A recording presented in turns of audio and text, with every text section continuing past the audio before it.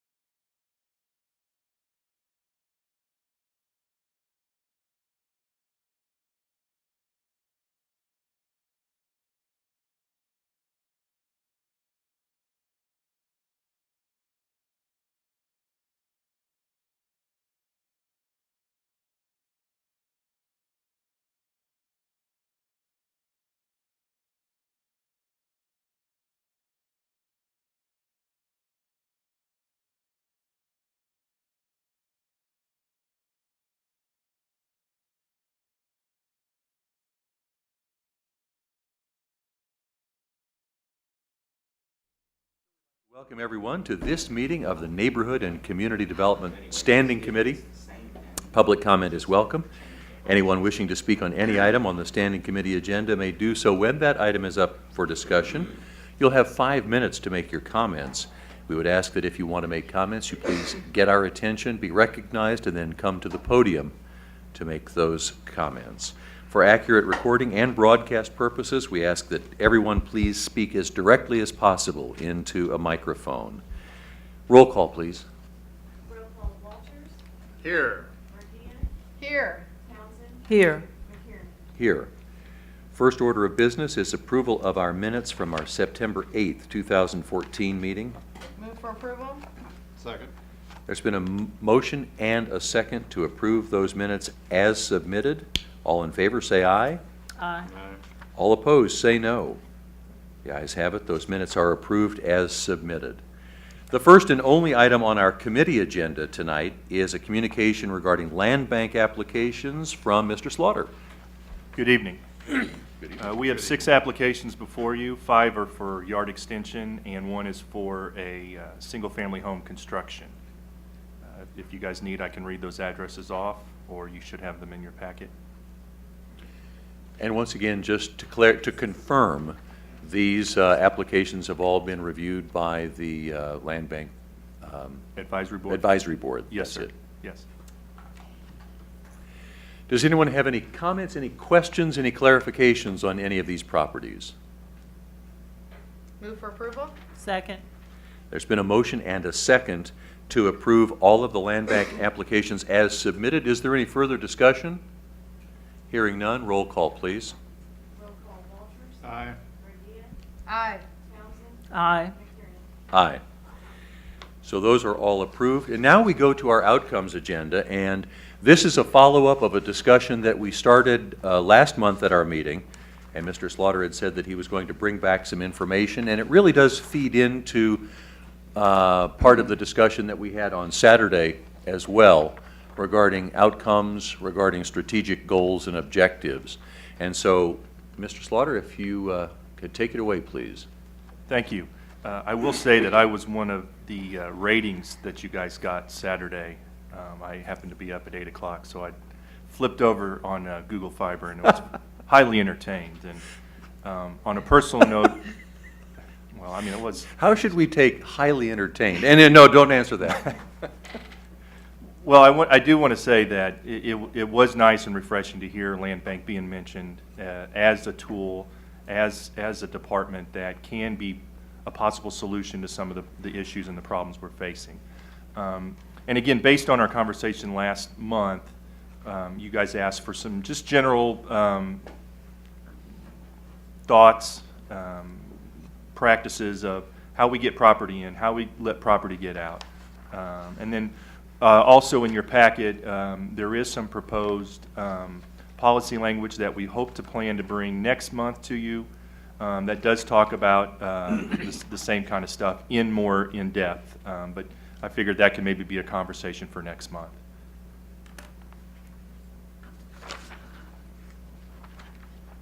Here on this slide, we just talk about the basic ways that property comes into the land bank. You know, we can receive transfers from local governments. The tax sale is where we get a majority of our property from.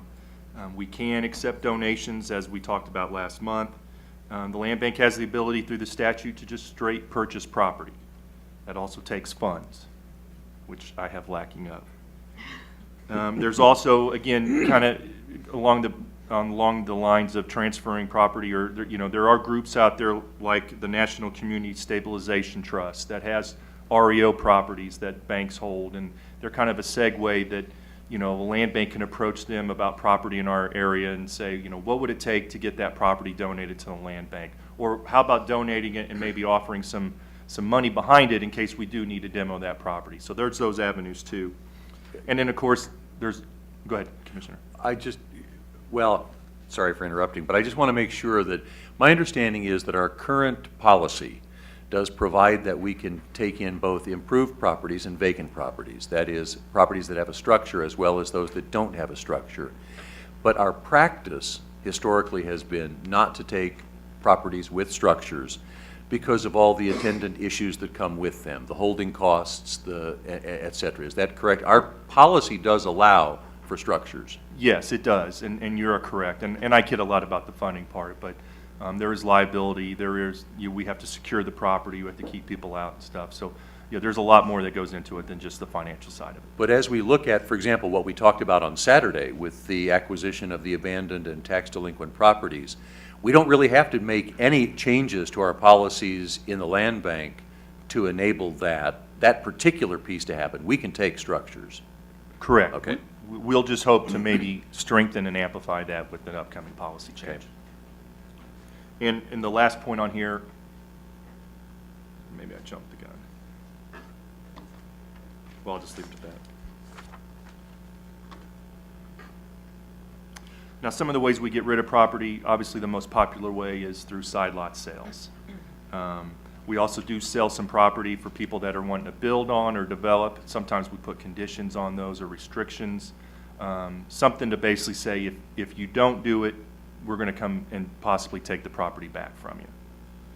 And there's also the possibility to lease some of the property as we want to further investigate doing adopt-a-lot or possibly what we'll call a lease-a-lot program, allow people to take the property. It'll still stay in the land bank's possession. They won't have to pay taxes on it, but they'll provide some sort of service on it, maintain it, maybe put a garden, that type of stuff. Okay, so if I could clarify, a side lot sale then, so there's a parcel of land could be beside a house. Correct. And we could dispose of that one of two different ways. One is that we could outright sell it to the person who then would have a larger geographical property area. Yes. And with that sale, they would pay taxes on it and they would maintain that property as part of their regular. Yes, we would require them to maintain it, keep it in codes, and you pay the taxes, correct? Or the lease kind of goes along what Cleveland, I guess, is doing.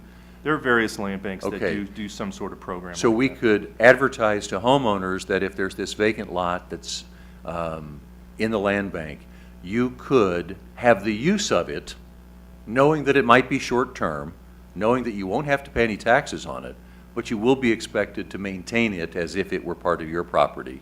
Correct, and we could expand that to groups, churches, schools, maybe, maybe a school has a nice couple lots across the street from them and make a good garden or something like that. Okay. I mean, there's numerous ways to look at that.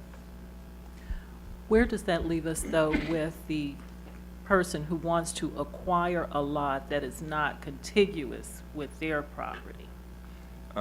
I will address that in maybe a slide or two ahead if Okay. you want. I can answer it now if you want, but I don't want to take you out of your rhythm.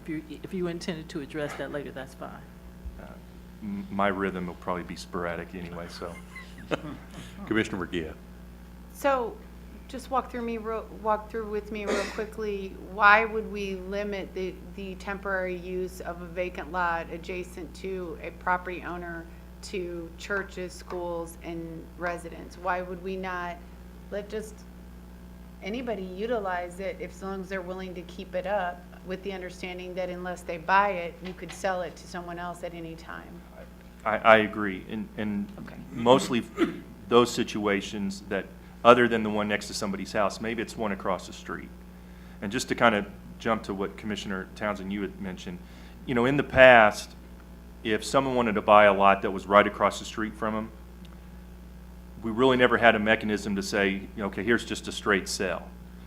And a lot of times, I would get questions that would say, well, why are we selling this lot if it's not adjacent to their house? Or how are they going to take care of a lot that's maybe a block away from them, even though they want to do a garden? So that's something that we need to address, and, I'll probably have to come to you guys with some suggestions and get some direction on how we handle that. I mean, I believe there should be two types of lots for sale. Just a straight sell. A lot could be next to your house or couldn't, but if it's next to your house, and that's what we're trying to foster, is someone that will take care of it, it's right next to their house, let's combine the property into one, and, maybe we look at a reduced price for that to try to promote that. But there's going to be times when the house next to it, or on both sides of it, maybe they're delinquent, or maybe they have a code violation, and they would be ineligible for that. So having someone else come along to possibly maintain that in a temporary capacity, or maybe the best solution is to sell it to them, we need to look at that too.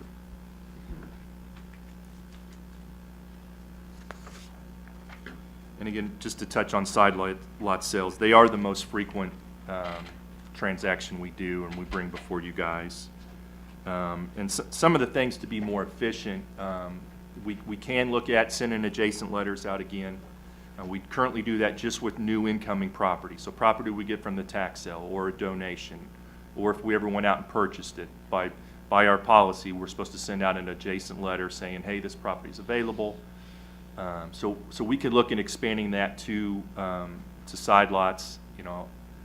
I'd like to do that in a limited capacity. I don't feel we need to do that every month or every, 3 or 4 times a year, but something that we can sit there and at least feel that, hey, notice was sent out to you, or you were made aware, unless there was some sort of return mailing or something like that. I think we need to, or I should say, I need to branch out more to the neighborhood groups, get them involved, get them to talk to their neighbors and say, hey, let's find out if that lot next to you is in the land bank, and if it is, let's figure out how we can get you that property if they want it. We currently do have a brochure.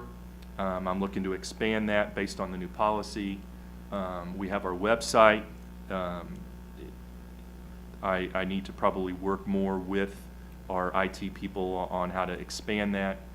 And just good old word of mouth sometimes can help. And I'm going to have to get out more, get away from the desk in the office and get out more and go to neighborhood groups, go to livable neighborhoods and stuff like that, and just kind of, try to spread the news about these lots. But one of the tough problems having is the information I get is so numerous, the data I get, it makes it hard to simplify and sort these things out. So what I could find, maybe what's something in a certain neighborhood, but if the neighborhood doesn't have a subdivision or a name that it goes by, and our records don't have any way to trace that. Now I got to go line by line through 2,300 properties to see, you know, who is there. So, you know, maybe with the help of our IT department, or, you know, I know there's a lot of talk of open data and some of the possible products that could result from that. You know, maybe there's an easier way to identify this lot and possible targets for that property. But as you and I have talked before, now we're starting to get into some of the resource limitations that you're up against.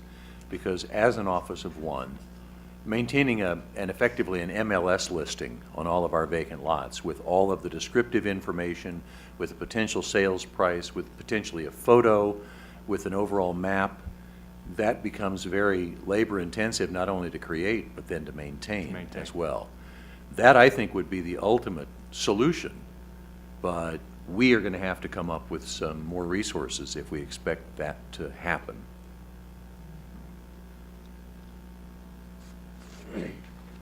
And on this slide, we'll talk again a little bit about, you know, some of the sales we do, where we do put some conditions, excuse me, on that. And, you know, currently, I feel like my notes are messed up. What I've seen on the screen so far doesn't match what came with the agenda. Okay, I apologize for that, so please adapt with me. Okay.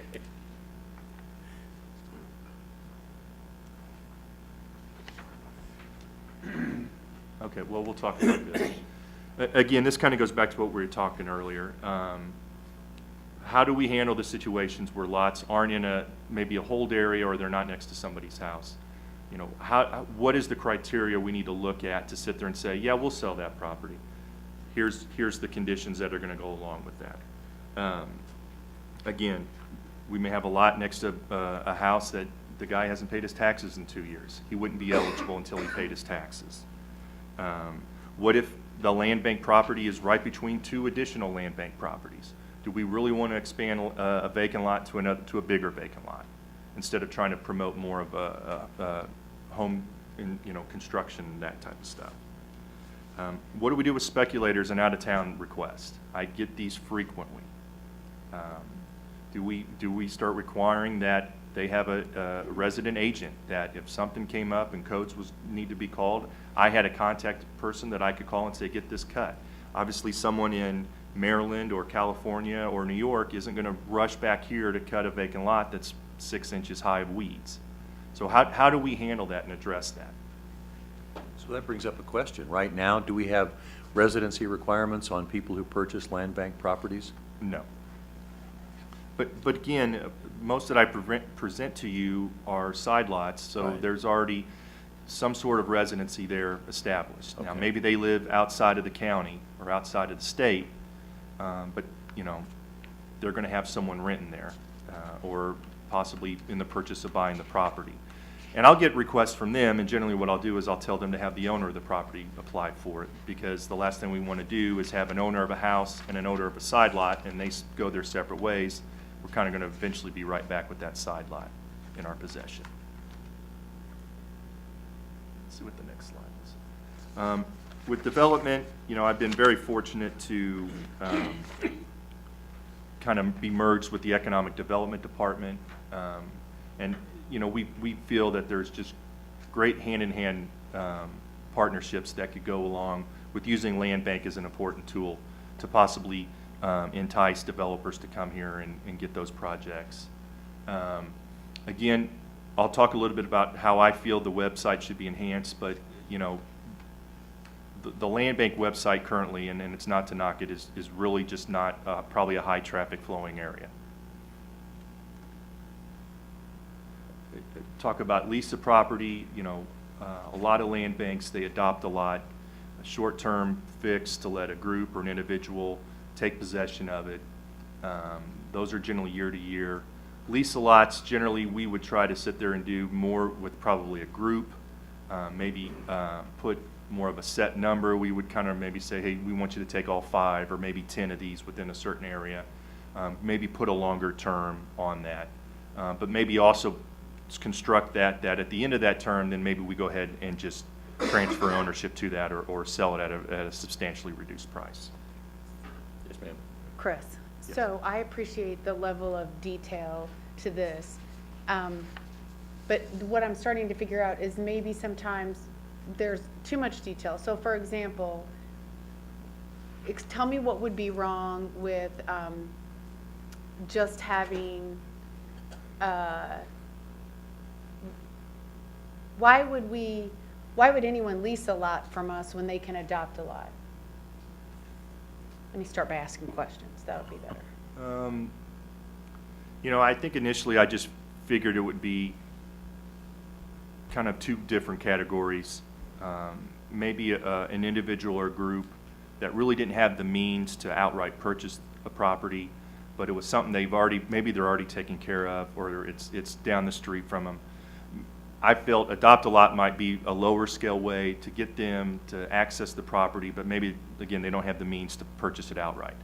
Lease a Lot, I figure would be something that I would go out and approach larger groups and sit there and say, you know, was there any interest in taking care of these lots here? And, you know, maybe it's something down the road that if you would be interested in purchasing, you know, we would have some sort of mechanism on there. They also could be combined into one program too.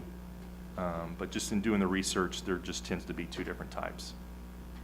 Okay, so just from my perspective, it seems like right now, given the volume of lots that we have, from what I've heard from commissioners in meetings and stuff, I think really all we're expecting you to do with the manpower that you have, which is one man, is to get them out there, either get people using them so that they're being cared for, so that we stop getting code violation calls and our community looks better, or sell them, which gets them back on the tax rolls. Other than that, any other level of detail might be, my suggestion might be consuming too much of your time and effort.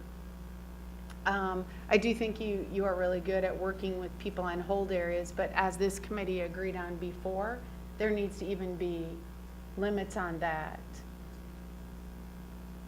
So that's just my comment so far. So far. Yeah. And just, you know, some broad recommendations. You know, I really feel that social media needs to be expanded, so, you know, I'm probably going to pursue permission to start a Facebook page, maybe a Twitter page if that's acceptable. A web-based real estate information platform. I've had conversations with a couple vendors that would literally be able to put on our website a scalable map that you can zoom in, get information on individual lots, could possibly lead to our application process, kind of a one-stop for information, and also help me out a little bit to kind of streamline some of the applications to an electronic format. Abstracting, you know, as much as we need to get rid of it, I think we also hopefully realize that there's a lot of potential assets out there that are tax delinquent that we probably want to investigate looking into, and abstracting is some of the behind-the-scenes steps that need to be done.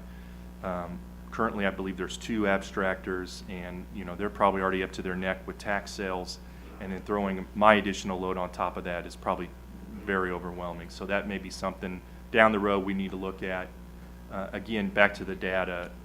I mean, I was really pleased to hear the data conversations at your retreat on Saturday, but sometimes we focus more on can this thing talk to this thing, and can this program talk to this, and maybe what we need to focus more on is collecting the data we have and then formatting it into a way that we can sit there and say, there's an area right there we need to pay attention to, or there's an area maybe we're paying too much attention to that's really not that bad off. So that then can help me come up with strategies, or some of the other departments here at the UG to come up and say, let's look at this way to maybe tackle these type of problems. Funding, you hear me say that all the time. You know, additional funding could come from the sales of land bank property. And hopefully as we go, if we start including structures in there, that could increase that pool. Maybe that offsets some of the other operational stuff that I have to sit there and deal with. And of course, you know, I'm not going to sit there and say that National Boss Day at the land bank is pretty, you know, boring. I didn't get a gift this year, so additional staff sometimes can and probably would help expand some of our operations and stuff. So I have a question for you, Okay. which is fortunate because you're done with And that was the presentations. last slide. So here's a question. As we have talked before, roughly 2,000 parcels in the land bank. Oh, there we go, Oh, right there. and here's the map that was requested, and I believe Commissioner Walters and Townsend, that you got a printed one of your district. And that I Commissioner delivered. McGee and I already have. You guys have uh, yours, yes. Yeah, mine's red though. Is there a difference between this one and the The one? land bank is red, UG controlled is blue, and kind of the. Tax the sale gold- eligible is The gold. gold is the tax sale eligible. If you zoomed it in, you would see the color. With it zoomed out like this, we can't see the color that we can see when we Huh. get our individual district maps. And by the way, if you have this in PDF in Dropbox, you can look at it on the street while you're out there. But anyway, there's about 2,000 lots in the land bank right now. And you've given me an estimate, did I remember right, that there's probably another 4,000 vacant lots that are eligible to be put in the land bank by virtue of being eligible for foreclosure, is that right? Yes. So we've got about another 4,000 out there, and at some point, although there's a lot of cost that is associated with taking those properties, we're effectively maintaining them right now anyway. Nobody's cutting them, so we eventually abate them or don't. And I wonder what advantage would be, what power would we have if we had control of those lots, if we had the actual ownership of those lots, and we effectively aggregated all of the lots that are vacant and eligible for foreclosure by virtue of non-payment of taxes. And I'd love, not tonight, but think about what would it take from an acquisition standpoint, what would it take from an ongoing management standpoint, and what advantages might there be, or disadvantages, either or, to us having control by ownership of those lots. Because right now, on our respective maps, you and I see if it's gold and it has a green crosshatch through it, we know that it's vacant and it's eligible for foreclosure by virtue of non-payment of taxes. Would there be some inherent advantage to us outright owning all of those lots? Would it enable aggregation? Would it enable development that we can't do now? Would it enable faster than we're able to do now? And I don't know the answers to all of those. So I just have a comment. So I've been working with Chris on, your presentation's done, right? Correct. I don't want to talk in the middle of it. Let me just give you one specific example. I'm not sure, I don't know either really, Brian, but I'm not sure that fast tracking tax delinquent property into the UG's hands that there isn't a long-term plan for is a good idea. Fair enough. But let me tell you what happened on the other end of that. So I have asked Chris and I had asked administration, we had several meetings over the summer about putting all of the eligible tax delinquent property, whether it be structure or vacant, all of it that's in the Rosedale on the November tax sale. That request apparently was overwhelming because it didn't happen. In fact, quite the opposite happened. Only 10 parcels came on the November tax sale. The difficulty is that I, as the commissioner, had gone out and met with a variety of developers to tell them I was working on this as commissioner. And there are a number of developers who freed up an enormous amount of cash to show up at our November tax sale and buy those parcels. That didn't happen. Well, Commissioner Markley and I had the exact same experience as we tried to beta test what we presented to you all on Saturday. We had hoped to have some select properties in the November sale. And so that's why I want to start getting my hands better around what are the roadblocks that prevent us. Because in what we presented to you Saturday, we're using the land bank Now, hopefully strategically only putting in as much as we know we can, or we're fairly confident we can take back out to develop, redevelopers. No, But I'm what- talking about property that developers were saying, we're gonna bid on whatever you put out there. Exactly. And we're coming with cash in hand. Yes. And it still didn't happen. Correct. And Commissioner Markley and I ran into the same thing. We had developers lined up on the backside that had agreed effectively. To buy the property. So we need to better define what's our roadblocks in the current system. And is it a state roadblock in terms of serving? Is it an internal roadblock in terms of abstracting? Because I think that starts to point to the solutions, that if we would decide to do this on a large scale, we could do it anytime we wanted to, and to the extent that we want to. So Chris, can you go back to your slide where you listed some suggestions? Yes.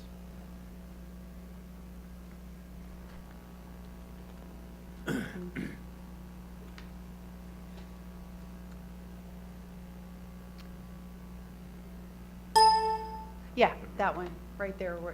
So, that's why there's 9 of us representing different areas of the city. I'm not sure my district, District 3, needs to have a lot of more advertisement than already is going on as far as promoting the lots. I think where, and like I said, there's other districts here that can speak for their area, but where I see the need is additional abstracting. The number, because it doesn't look geographically on the map like a big area, but since our lots in the city are so small, they could be as small as a 25-foot front or a 50-foot front. The same paperwork is required as out in Piper, where you may have 15 or 20 acres of ground that you could sell off. So I think the amount of detail required in abstracting and having, for Chris to have additional abstracting ability would be very beneficial when the handful of developers that are interested in urban redevelopment come forward. And then I think that's probably, from my perspective, the biggest piece of getting the work done and getting it ready for the developer. And one of the questions that I've had is, and because that certainly has been identified to me as the choke point of our process. So my question is, does it make sense for us to hire full-time employees to do that? Does it make more sense to contract that out on a piecework basis? And I don't know the answers, but I'm trying to think through all the possibilities, because if that's what's stopping us from moving large quantities of properties where people have already said to us, yes, we have an interest in that, then we've got to find a way to power through that roadblock. You're right. Yeah, and I would just say fundamentally, I am more inclined to be supportive of contract work when you're starting something new, because you don't know if it's going to be something that would be needed long-term, and then what do you do with those full-time employees? So just when we're trying to move a specific number of parcels through the land bank process, I would think we could simplify things and move things quickly if we just hire a company that does abstracting, which would be allow a budget line item in this coming budget for additional abstracting services. And we could see how that goes. Instead of hiring some people to do a job, and then once we get through with all this abstracting, then what do we do with them? I completely agree. Okay. Completely. Yes, ma'am. I like the comments you made about the aggregation approach, with the caveat that you have some way to move it out. Yes. You take in 10, you move out 10. My recommendation, or what I'd like to see addressed, goes to the smaller ones, the smaller needs of individuals. I do not understand, and I think we should probably address why someone who is sitting where I am, who sees a property, say where Commissioner Walters is, not contiguous, and wants to buy it and rid us of the continued obligation to take care of that in the land bank, cannot do so now, especially if we're allowing out-of-towners to purchase property. If the prospective owner, resident, has even a line of sight or just wants to take care of that, I do not understand why we can't right now let that person buy the property. Is it because they're what we call it, it's not a side lot, but, so what? If they want to be responsible for it and remove the burden from us of a phone call about unkept yard or weeds, pay taxes on it, then we should just move to allow that to happen. And again, just from past experience and getting some probably not favorable comments about why are we doing it this way, has probably led to just really not promoting it that much and focusing more on the side lots. Or, you could take the same thing with the garden. I want this garden, but it happens to be 8 blocks away from my house. And, part of what I'm asked to do is to also go for at least the first year and make sure that what these people have applied and purchased the property for are doing that. And, that takes a lot out of my days or, year to constantly drive around and look at lots. So, but we need to get our inventory down too. So if looking at is what we need to do, I'm all for it. I just want to probably, and I probably will bring you some suggestion or some guidelines of where I think we need to sit there and say, here's what you can and can't do, even though it's not next to your house. Just to protect us, to make sure that a speculator doesn't come in and buy it for $400 and then later we hear that someone down the street bought it for $4,000. I don't think those are the type of phone calls we want to get into. But if we also want to just get rid of them, I can get rid of them too. Is there some stipulation that someone who purchases property that say they're going to use it for a garden must do so for so long currently? I mean, We'll generally put in the deed and give them a time frame where they would need to comply with, why they purchased the property or the reason, the usage for it. well, it seems to me that same kind of stipulation could be put on it if there was a safeguard, but to me, it still seems the benefit in trying to get these lots out of the land bank is going to outweigh long run, But keeping it in just because it's not contiguous. well, and just on the flip side of that is if it is 4 months later, 6 months later, and there's no garden there, are you guys wanting me to then go and approach this person and saying, now we're going to take this property back because you haven't started a garden? And then there's steps that go along with that. That would have to be brought back to you guys. I'm just trying to cover all the angles here and make sure that whatever we roll out and we promote, that, it's an easy transaction, it's transparent, and again, that's kind of where I go back to my word of mouth. If it works for one person, they're going to tell their friends and their neighbors and then now all of a sudden we could possibly be selling more. So, Well, if the person just wants to keep it cut, that would be enough if they never grew one tomato, because it takes that burden off of us and adds to the tax base. I completely agree. So, Chris, I just have some questions about some things that you said. So, if somebody walks in and buys a lot from the land bank for $400 and then turns around and sells it to someone for $4,000, why do we care? We don't, but again, the message I've received in the past has been that, we need to frown on having speculators come and purchase this property. So those decisions have just been based on, conversations with the board from the past. How do you know they're a speculator? Well, I mean, some people just say, I want to buy a lot because I heard owning land's really nice. Or, again, I want to buy a lot because I want to put a garden that's maybe 10 blocks away from my house. I would sit there and internally, I wouldn't say this out loud, but I would probably question that. But if the goal is to get rid of them, I'll get rid of them for you. Yeah, so I think the reason we only have one person in the land bank is that I think that's what we want to do, is get rid of them. I think unless somebody comes forward and tells you, that you need to come up with some sort of economic development strategy. Personally, I don't think that's your job, to figure out an economic development strategy for the vacant lots in Wyandotte County. That's way beyond the job of one person. That's apparently beyond the job of many. So I guess there's a lot of thought and time. I'm with Commissioner Townsend. If somebody is gonna mow a vacant lot that's 5 miles from their house in my district, I don't really care. Mow it. I'm grateful for that.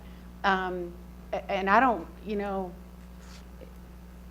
I don't see why we're preoccupied with those things. I think we should just get them out there. Now, on the other hand, if someone comes forward, like I said, the situation with the Rosedale parcels, if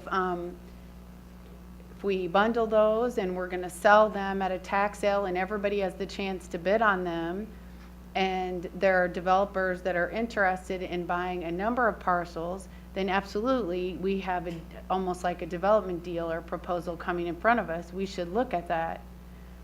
But if we can get rid of these, we should be doing that. Do we have legal recourse? If somebody comes in, if I buy a parcel, a vacant piece of ground, and I don't do anything with it, and the grass grows high again right away, what happens?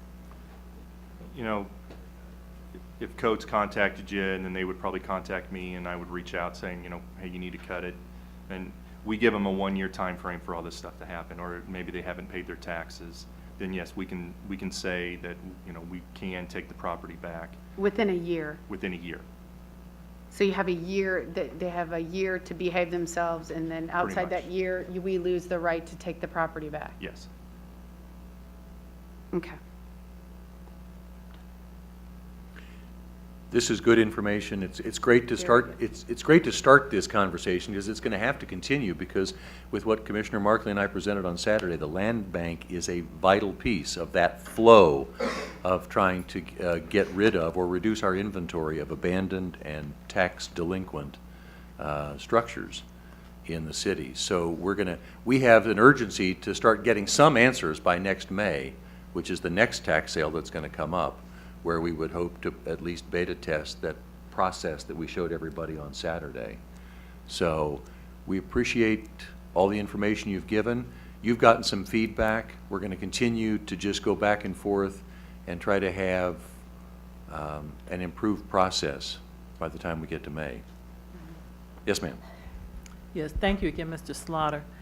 Going back to the presentation that you and Commissioner Markley made, which I really liked, did either of you anticipate a certain amount of cost attributed to the execution of those plans and how that's going to impact the budget?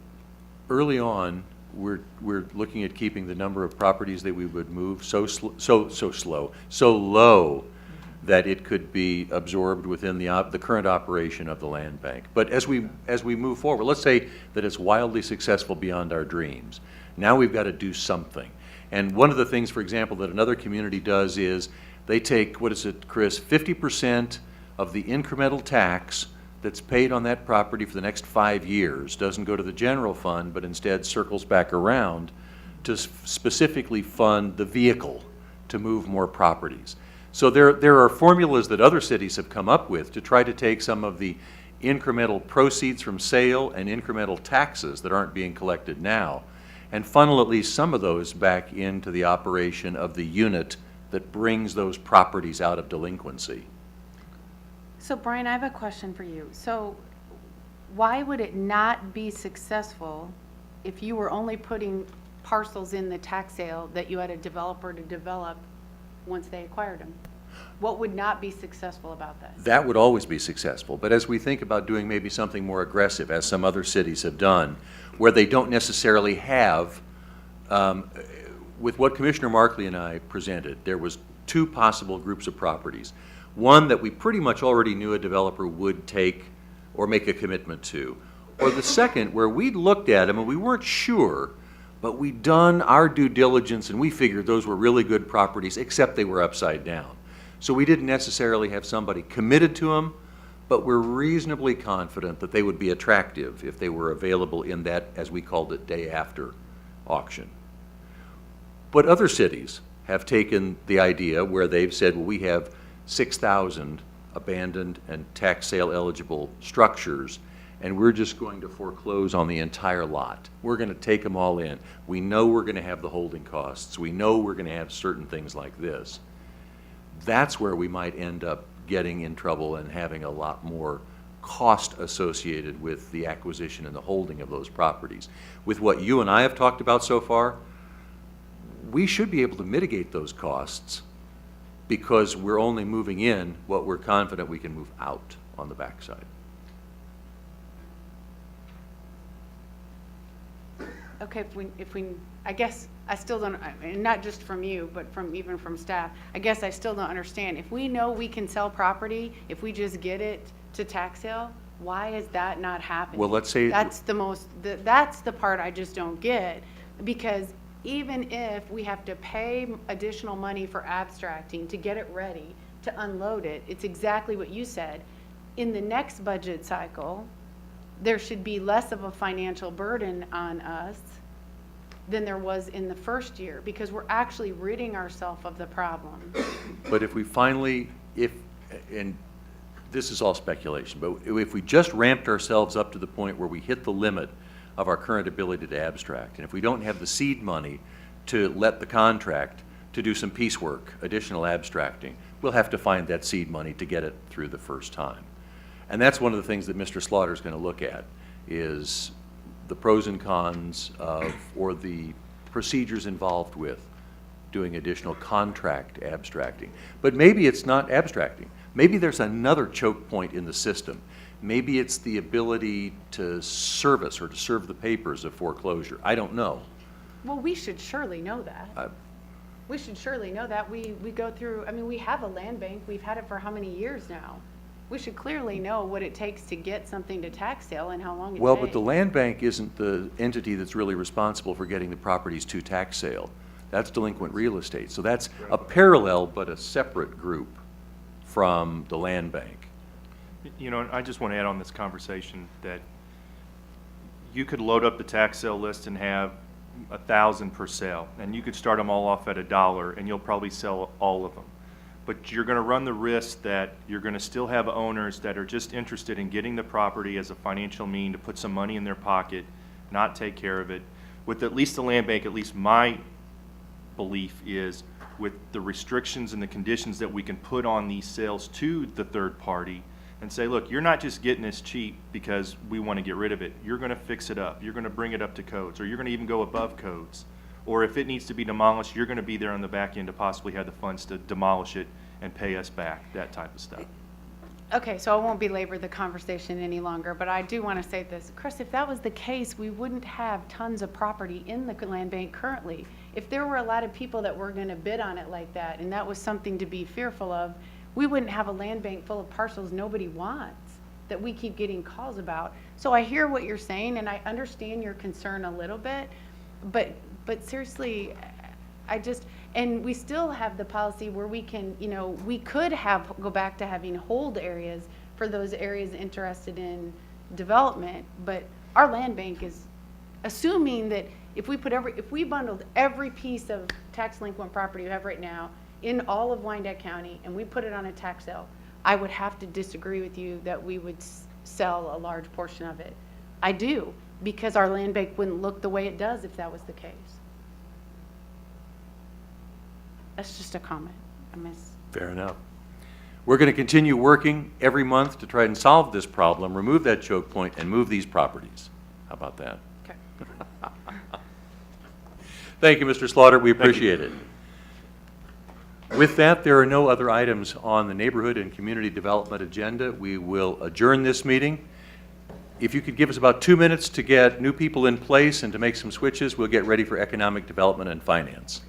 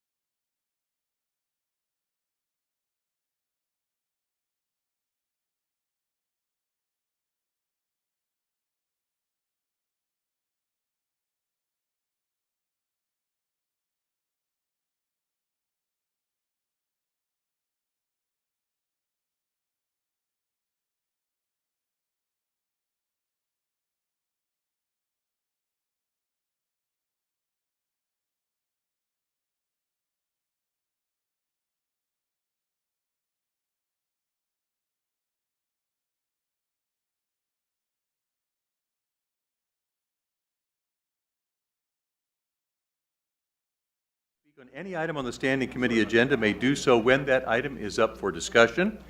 If you wish to make a comment, please be recognized by the committee, and then you can come to the podium there in the middle of the room to make your comment. We also ask that for accurate recording and broadcast purposes, everyone please speak directly into a microphone or as directly as possible. Roll call, please. Roll call, Elby. Here. Walters. Here. Virgia. Here. Townsend. Here. McKiernan. Here. Our first order of business is approval of our minutes from our September 8th, 2014 meeting. Move to approval? Second. There's been a motion and second to approve those minutes as submitted with the agenda. All in favor, say aye. Aye. All opposed, say no. The ayes have it. Those minutes are approved as submitted. Now we move to our committee agenda. This is confusing. So you're gonna be, yeah, he's going to be part of our It committee just now. makes it look like people are absent for people viewing It's a on good point. television, and these commissioners are not absent. That's a good point. This is our committee. All right, so we're going to take care of a little name tag housekeeping right now. And while we're doing that, the first item on our committee agenda tonight is a report from Lou Levin on our quarterly investment and budget revision. Oh, and Rich is here as well. Gentlemen. Commissioners, again, this is our quarterly reports on our cash investments and budget revisions through the third quarter of 2014. No actions required. For these reports are for information only. I'll give a real brief summary of the cash investment report, and then I'll turn it over to Reggie to review the budget revisions.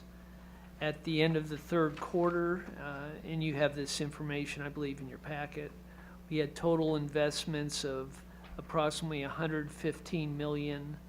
Our average yield or interest on those investments was 0.5%, and interest posted to date, $362,000. It's our overall earnings and investments are fairly consistent with the prior year, and they reflect the overall relatively low interest rate that we're earning on our investments. We are trying to, when we have the opportunity to invest funds, we go out either to the third or fourth year to earn a little higher interest rate on our investments.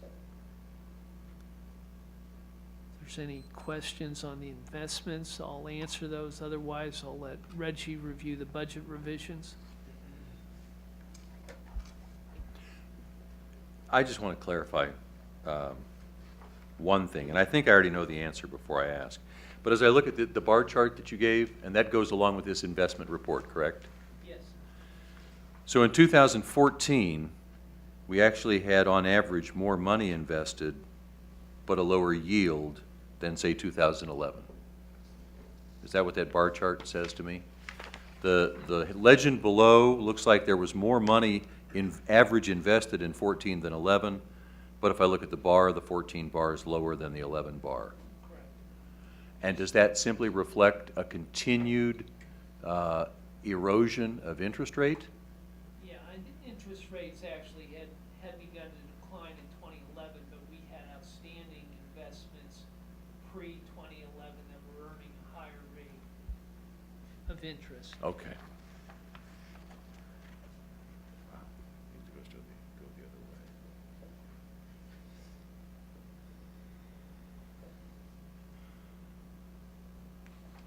Thank you.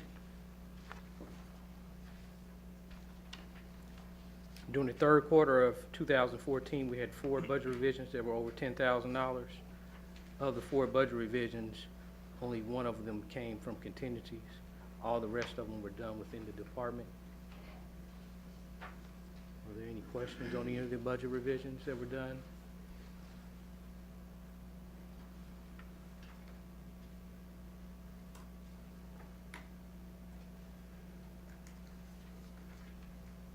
I don't have any. Looks very straightforward this time around. So that wraps up our first item, correct? Correct. which takes us to our second item, which is our budget actual report for the fiscal year 2014 through the end of the third quarter. Yeah, this report's similar to the first in that no action's required. It's actually the second quarter that we've completed this report, and again, it was at the request of this committee.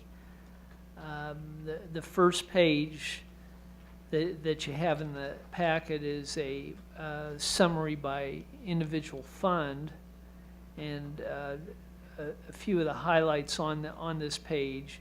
We're looking at the third quarter, so generally, if we see revenues approximately 75% or greater, we're on target towards budget, and the same would apply to expenditures. But we'll look at the first line, the city general fund, and we see revenues through the third quarter were 72% of budget, and part of that appears on surface to be trending a little bit below budget, but we have some payments, some larger ones from the BPU, for example, pilot, that we received the first week of October that are not reflected in those totals. So actually the revenues, if you add those revenues back in, we are above budget. On the county side, you see under the revenue a number of 90%, and that reflects the county budget relies heavily on property tax, and the major property tax payments for the year have been made through the third quarter of, I guess one thing that I see of interest on the bond and interest fund, if we look at expenditures, you see 95% of the budget has been spent, and that's strictly related to the timing of our debt service payments, which are scheduled in February and August of the year. So as of the end of the third quarter, we had essentially made, I think with the exception of one bond issue, all our debt service payments for the year. One fund that we look at closely that appears on the bottom half of the page, the dedicated sales tax fund, we see we're in line on revenues. On expenditures, we're below budget as of the third quarter. We're only at 48.5%. There's some capital charges that we've yet to incur, some related to lease payments that we receive in the latter part of the year. We'll also look as we get through the year to see if there's potentially any savings that maybe we can transfer some general fund expenses to that dedicated sales tax fund. The following pages, and I won't go into detail or on those, just provides additional detail for each of the three funds that comprise the general fund.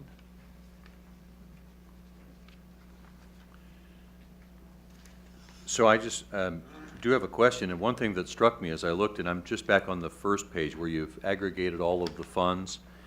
One thing that struck me was that there was no revenue fund that looked really significantly below about 75% of budget, and conversely in the expenditures, there were no funds that looked like they were really significantly above, with the exception of a couple. So my question is, the bottom line, total operating budget, by this report, we're at about 78% of revenue collected at the 75% mark in the year, and we're at about 71% of expenditures at about the 75% mark of the year. I love those relative percentages, but as you look forward toward, and that would suggest that by the end of the year, we could check in slightly above budgeted revenue and slightly below budgeted expenses, which would be really good. But as you look ahead, do you see or are you aware of anything that might torpedo that might in fact prevent us, some drop-off in revenues, some unexpected some expected but not yet realized increase in expenditures. Is there anything that you're aware of that might make us not come in at about 100, which is where we're headed, which is really good? Yeah, I think generally we appear to be in good shape on revenues.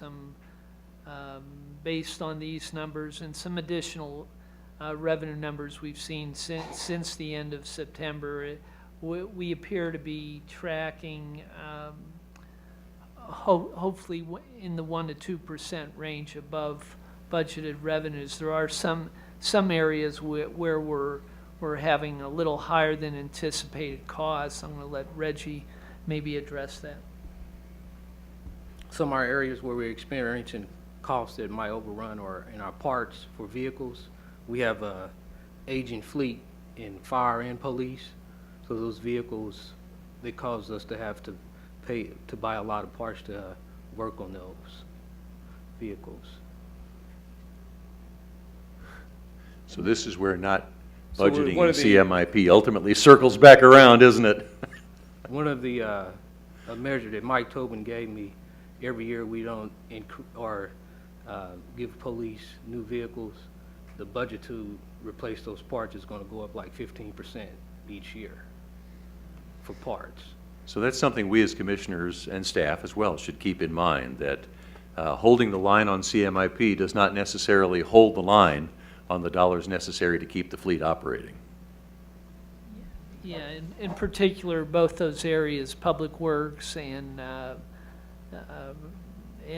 fire. Actually, the fire chiefs talked to me in the last week that as they reach this point in the year, they're nearly fully expended their parts and their service repair budgets, and those are concerns to both of those departments. Okay. Any other discussion, comments, questions? Yes, ma'am. Yes, thank you. When I looked at the overall fund revenue and expenditures, my thought was the same as yours. We're 3/4 of the way into the year, and it looks like we're on trend for 3/4 of the revenues that have been paid and expenditures spent. But I wanted to go back, if I could, to the presentation, the immediate past presentation that talks about the budget revisions over 10,000 or greater. I knew there was a question, and I wanted to ask Mr. Lindsay about the numbers actually shown. For instance, the first entry showed telephone contract increase of 21,000.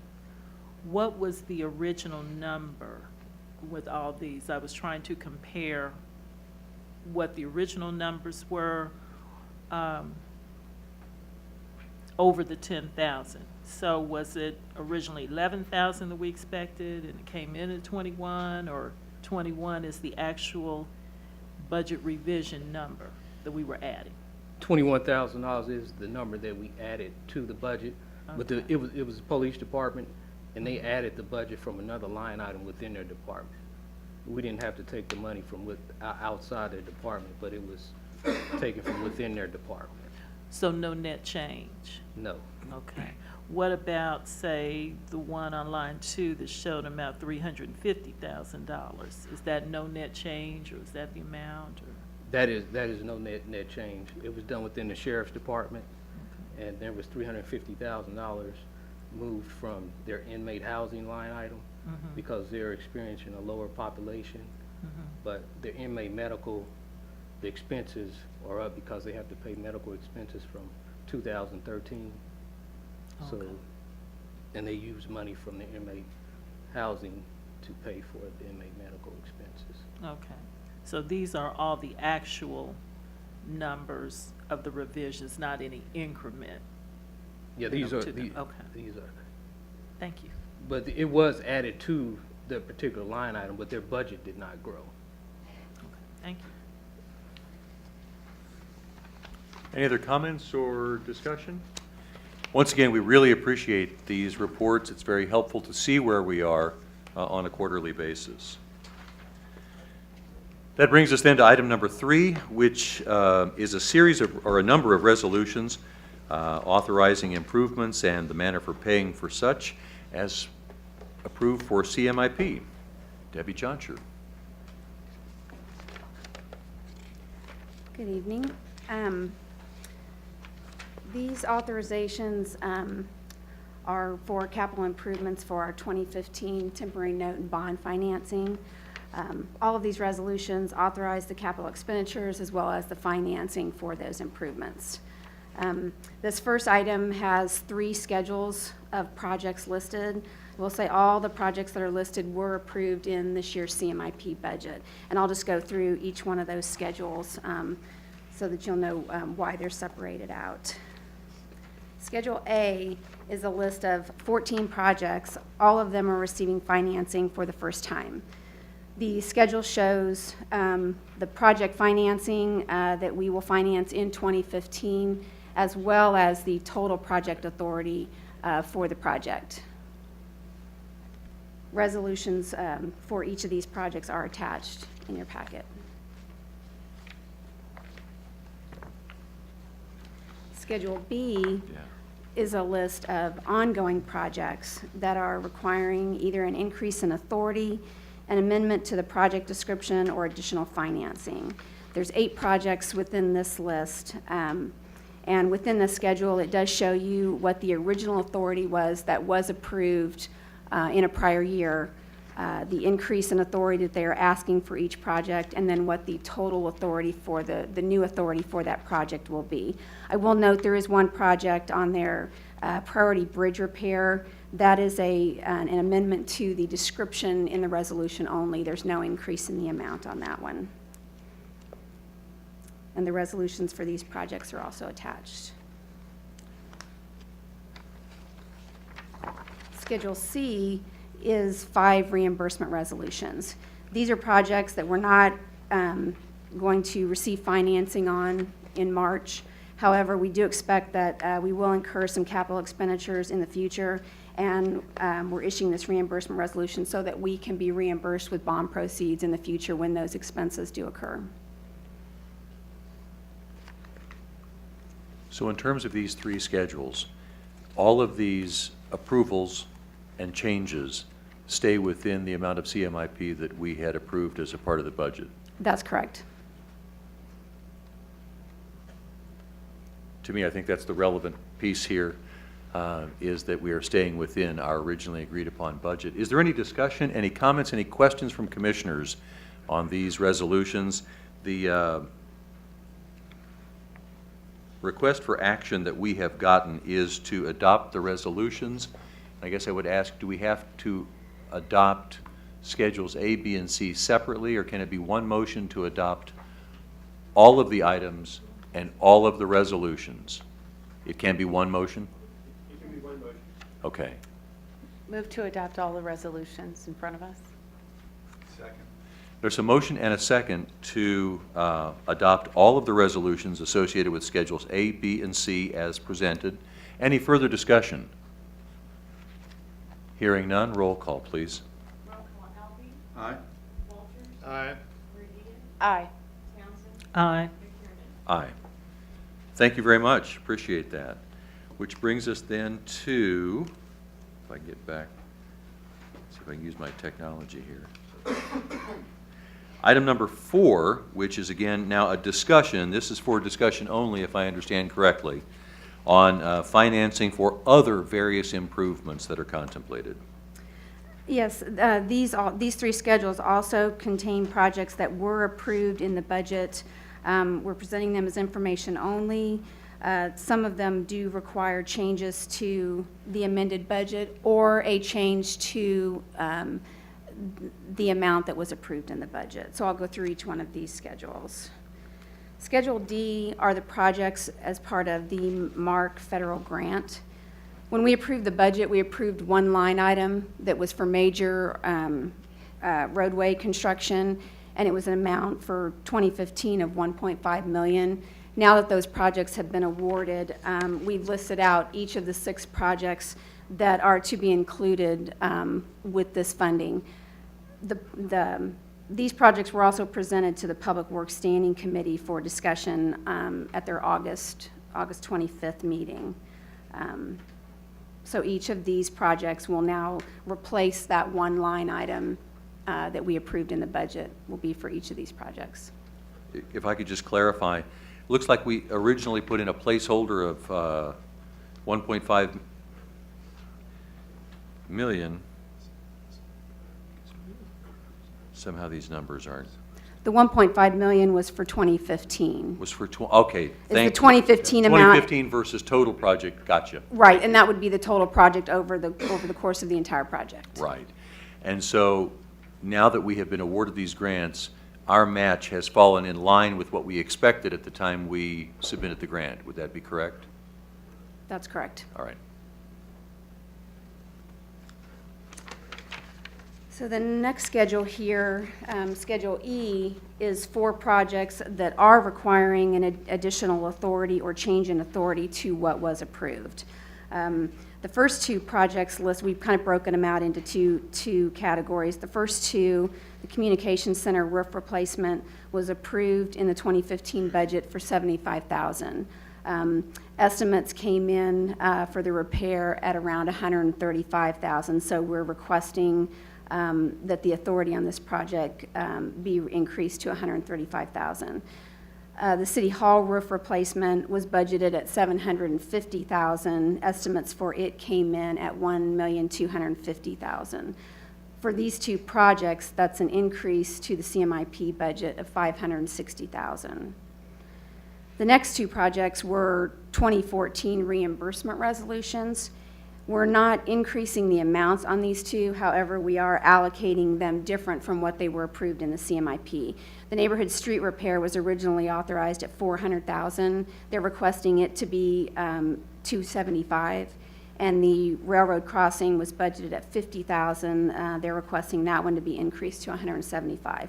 These two projects were both authorized at $450,000, and the total between the two of them is still $450,000. So there's no increase in the total amount for the CMIP. It's just the way it's been allocated to the two projects. So then I have a question up above. The two up above then, it does look like as if it's a net increase over what was originally approved in the budget. Yes, that would amend the budget to increase it by $560,000 for the two projects. So it increases the budget, or there will be compensatory changes in other items so that we stay neutral? It would be an increase to the budget. And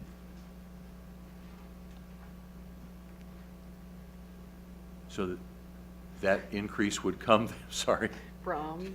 Yeah, well, yeah, and that increase would then come as a part of the amended budget, or would come now? That increases in the bond. Yes, and that would increase the budget now. We would need to increase it now to be able to move forward with that additional authority. So why is this for discussion only? Don't we have to take some action? We're planning, for these projects that are discussion only, we're planning to bring them back, the resolutions back for approval in December. But we wanted to at least bring them forward because they were changes to the CMIP. We put them on here because in order to do these projects, they cost more money than what we had originally anticipated. And $550,000 is a change to our overall bonding authority, or the temp notes that we'll issue for these projects is obviously merits some discussion. And that's why we put it on here for this.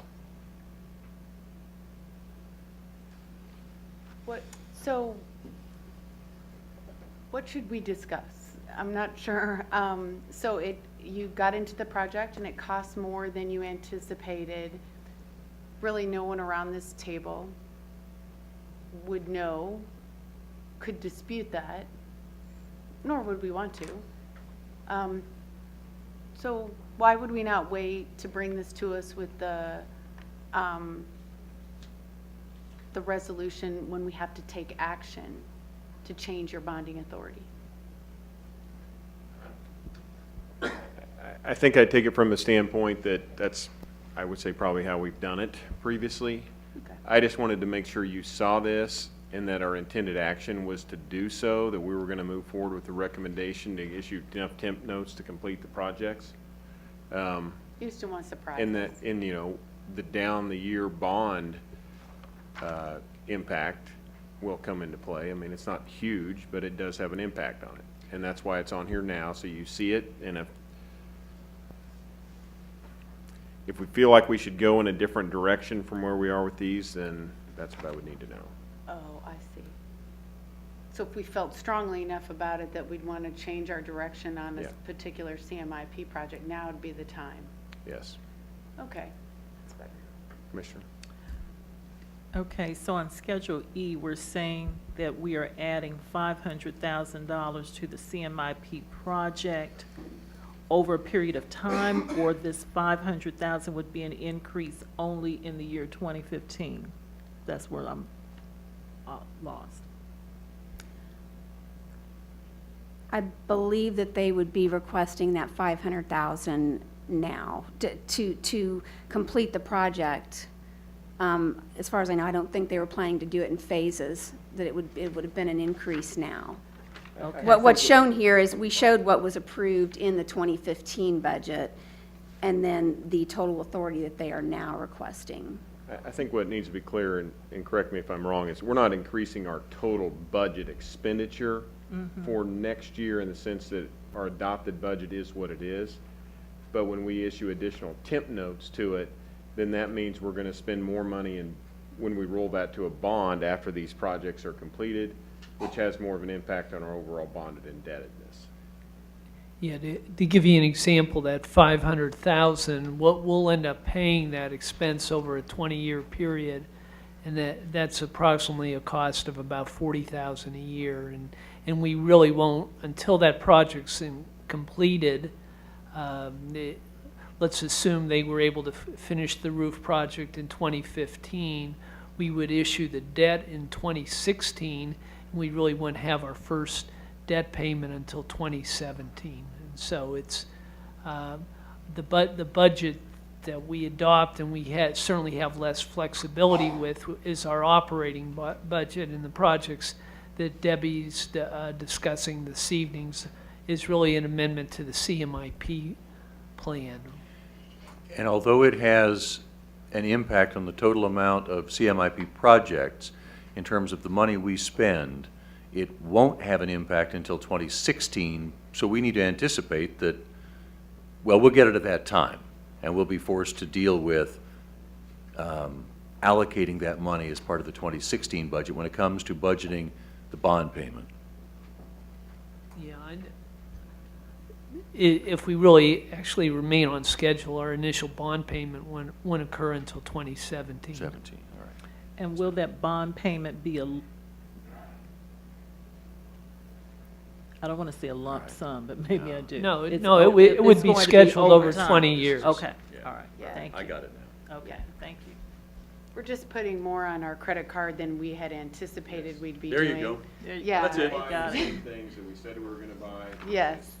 Not working out. But your process is good, Doug. I just want to clarify, in more affluent cities or counties, they may have things on here they could do without, but considering the thing on the list that we're discussing is a roof, Right. that's why I asked the question. But your process is All right. very good, thanks. And the final schedule on this item is Schedule F, and these are also 3 projects that were included that were approved in the budget. They're still being worked between the department and bond council, so they're just on here for information, and those resolutions will be brought back next month. Fantastic. One other question. Again, on Schedule E, looking at the difference between the approved 2014 CMIP for neighborhood street repair, you got 400,000, and then what we're saying here, the project was less costly than we anticipated. We're not saying we're doing less than we anticipated, are we? That particular line item is for handling those kinds of things that just emerge during the year. It's, you know, as the year goes on, we have problem areas that arise in various spots around the city, and some of them have to be dealt with immediately, others can be deferred or not. The main reason we're lowering that one is because the railroad crossing improvement, which is really a form of street repair, replacing the old and rough crossings, we had the opportunity to partner with the railroad to get the crossing at Kindleberger Road in Fairfax, the one immediately east of 7th Street. They were eager to move forward. We were eager to move forward. It's a 50-50 cost share. And the right amount for us to do was greater than the amount budgeted. So we felt that it was really a form of street repair to move some of the money into the railroad crossing line item so that we could accomplish that particular location. So it's really just the same kind of activity. It's taking care of our streets, but for tracking purposes, it's better to assign the entire cost of the railroad crossing to the appropriate line item, and that's why we're adjusting those two, but they balance out to the same net total. So we're not doing less street repair than we anticipated? No, counting railroad crossings as a type of street repair, we're going to spend all the money. Okay. All right, thank you. Any other discussion on Schedules D, E, and F? Then in that case, Ms. Johnsher is going to stay right there. We're going to go to item number 5, which now is Schedule G, and it's discussion of financing for, looks like the Commission Neighborhood Infrastructure Program. Right. This is the CNIP program, and this is just, what we've got is attached is a list of all the projects that are up, that have been included so far. Department's still working on those, as well as with bond counsel, to narrow the scope and finalize the list for the projects. This is also presented for information only, with the final resolution coming in December. It will come in December. Yes. And so this then, Mr. Heatherman, this list really corresponds to all the meetings that you've been having with commissioners. You've been verifying this list district by district, and we're pretty close to having the final list then. That's correct. I think I've asked a question of each of the commissioners. A memo is in your hands. And if we could finalize those outstanding issues in the next couple of weeks before Thanksgiving, we can make another pass at this resolution and get it fine-tuned. Perfect. Go ahead. I will just underline what Bill said, and maybe in a more direct way for all the commissioners, if you'll take note of that. We give you these lists, we get the dollar figures to them, and it's the other commissioners. We need to get the list down as tight as we can in the end. I mean, so it's a matter of spending the time on it, getting these narrowed down. Bond counsel does reflect poorly on us when we list a bunch of projects and we have no intention or capacity to actually do them or ever go forward and issue the bonds on them. So it's time to really, for some that are somewhat indecisive about it, it's time for us to finalize and make a decision which project it is. Others, I know there's pricing there and we need to get that refined. So I know you're only half the group, but you might encourage your other commissioners as well. Bill's trying to get this in that done category, I guess, as far as what we're going to finance.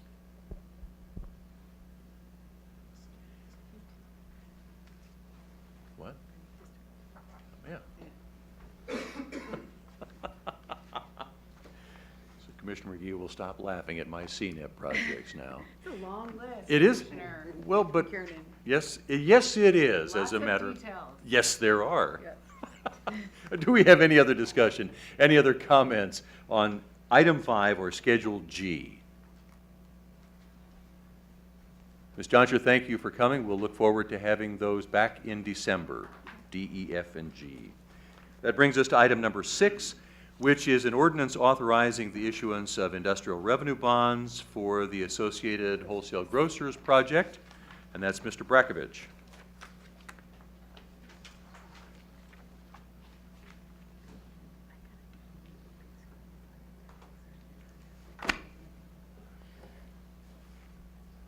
Thank you, Commissioner. George Brakovich with Economic Development.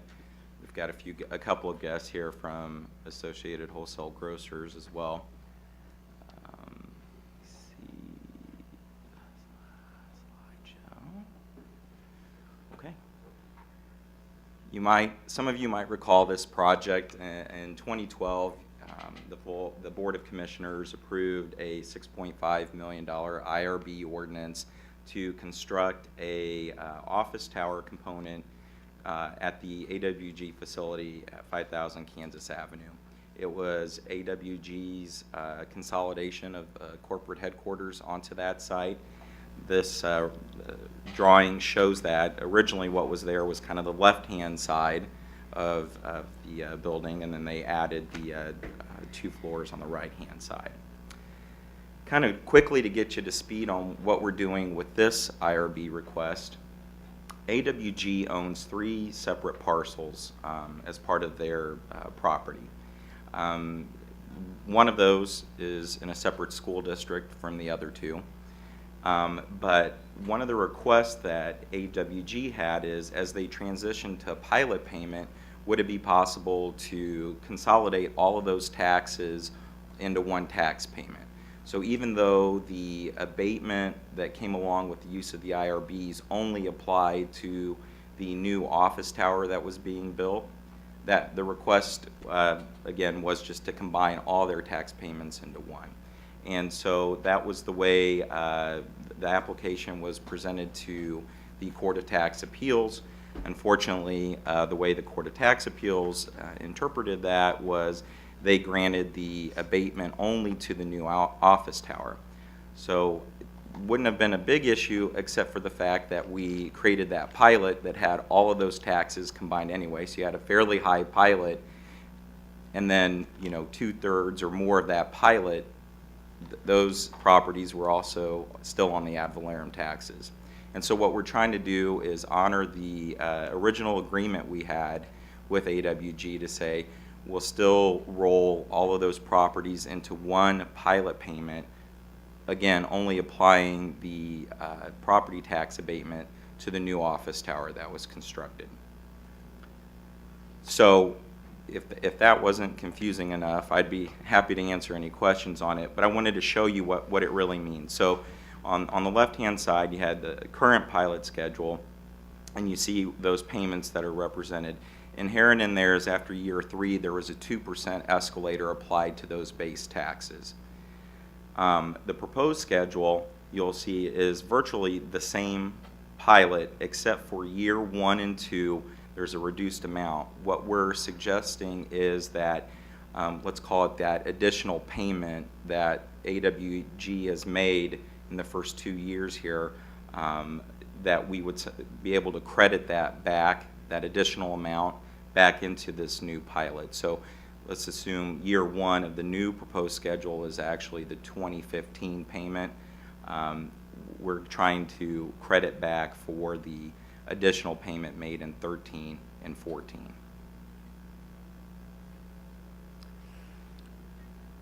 Are you done? I have questions. Yeah.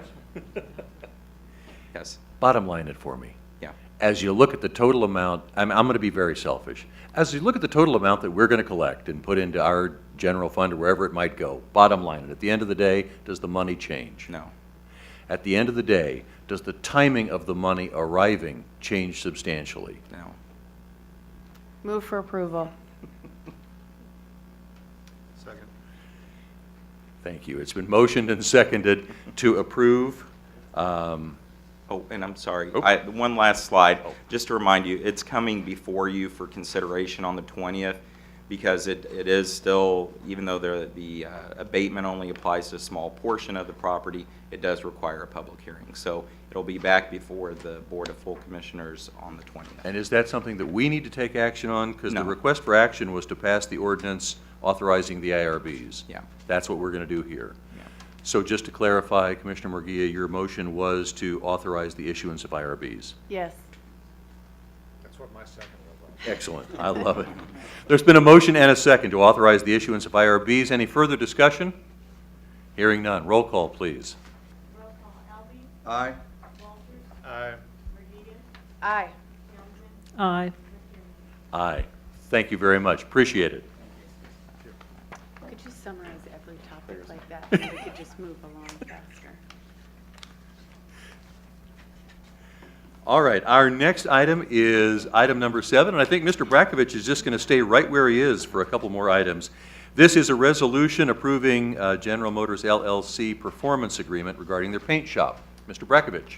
Yes, and we have someone here from General Motors as well. I've got very brief comments on this. This is, again, another project from 2012.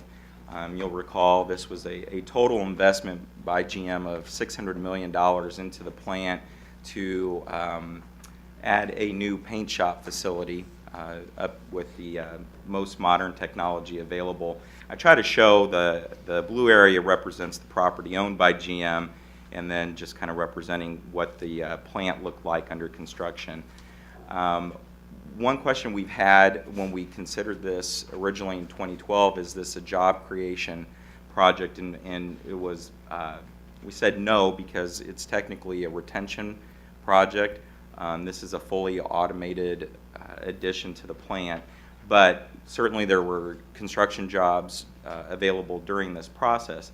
One thing inherent in the abatement that Commission had approved in 2012 was the 50% abatement applied towards the value of this paint shop.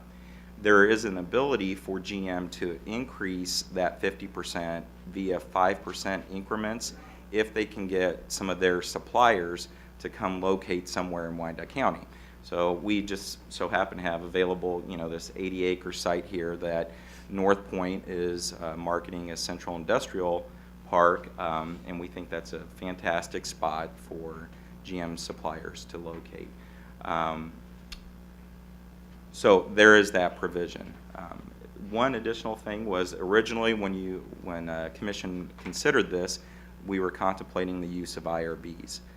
Since that time, there's a new statute passed specifically allowing abatement for auto manufacturers. And so what you're going to consider, I believe again at November 20th, is granting that abatement but not using the IRB statute. It's rather using this new statute. And I believe the conditions within that statute are you have to be an auto manufacturer, you have to have a capital investment of at least $10 million, and construct 50,000 new square feet. And this project is 400,000 square feet. Just the physical plant itself, I believe, was 80 million. And so that they do meet the conditions of the new statute. And with that, let me turn it over to the gentleman here from GM. Really don't have a lot to say other than thank you.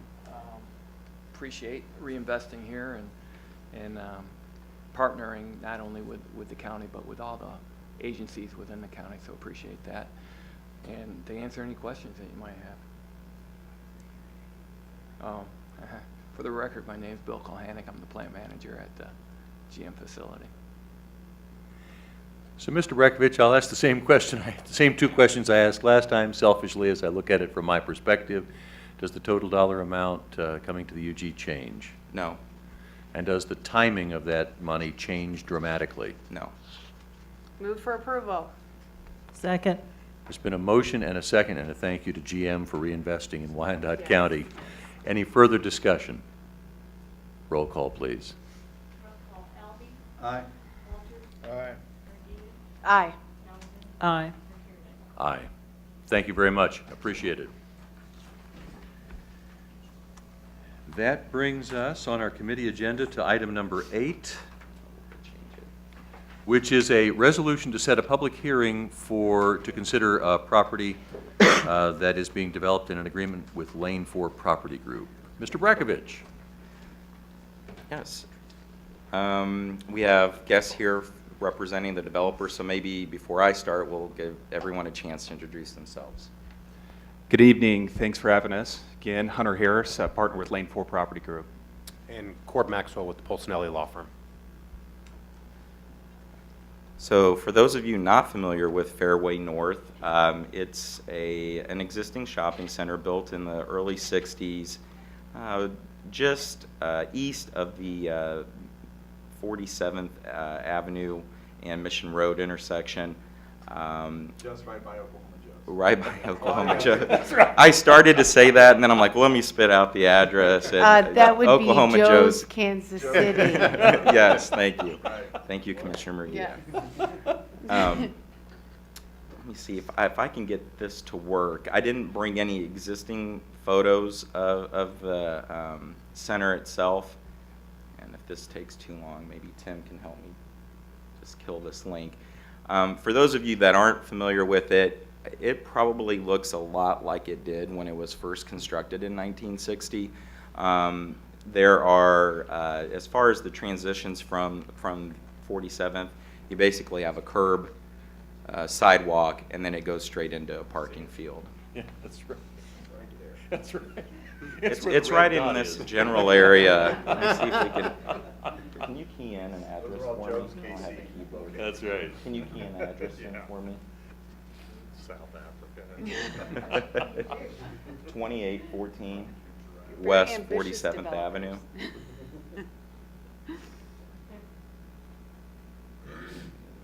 There it is, thank you. Yep.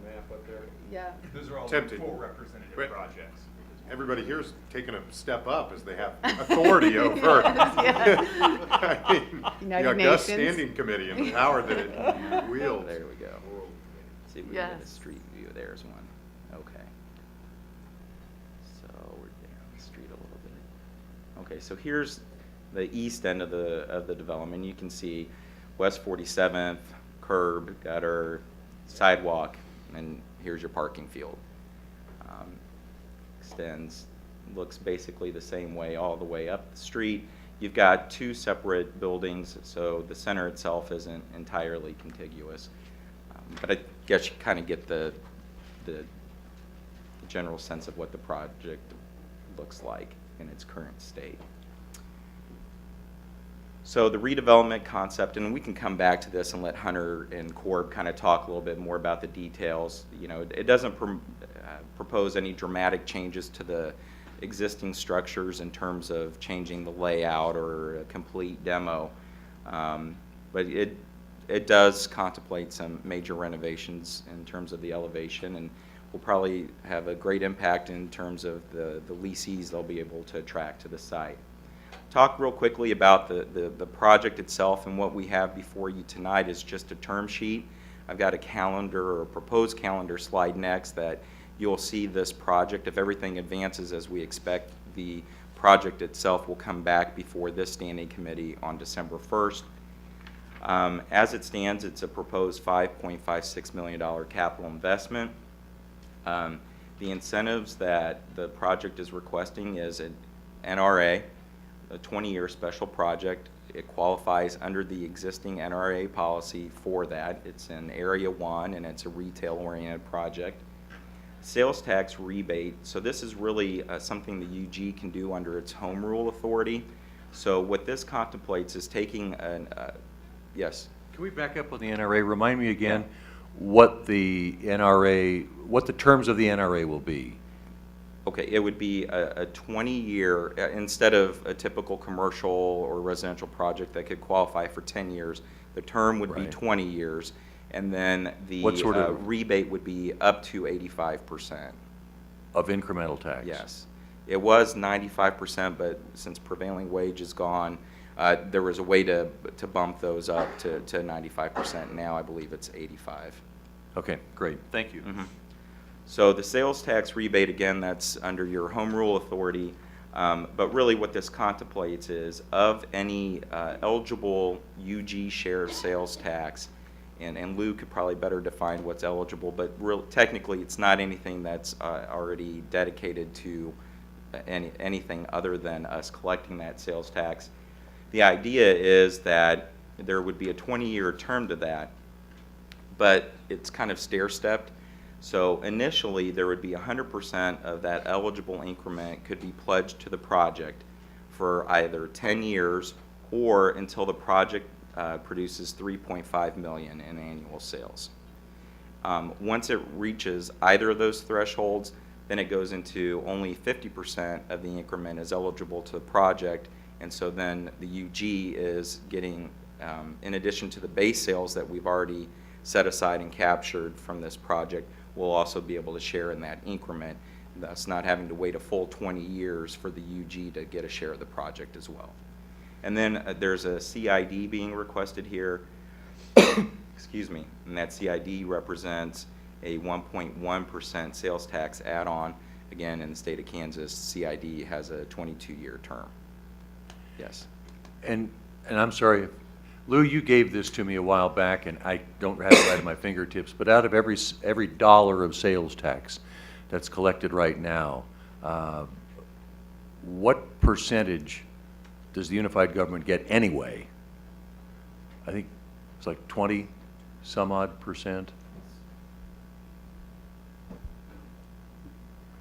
It's approximately 30%. 30%. All that would be pledged would be the unified government portion of it. And actually, under the term sheet, we're only pledging the city and county 1% tax, or our share of the county tax. We're retaining the EMS tax and the dedicated sales tax. One additional item that doesn't appear on that chart is the base is $2.7 million. So the first $2.7 million of retail sales, we would retain 100% of that sales tax. And they would capture the increment until the point they reach $3.5 million in sales. And at that point, we would go into a 50% share, respectively. What's the current sales tax revenue from those parcels? It's at 2.7 million in sales, and so it would be approximately 2% of that number.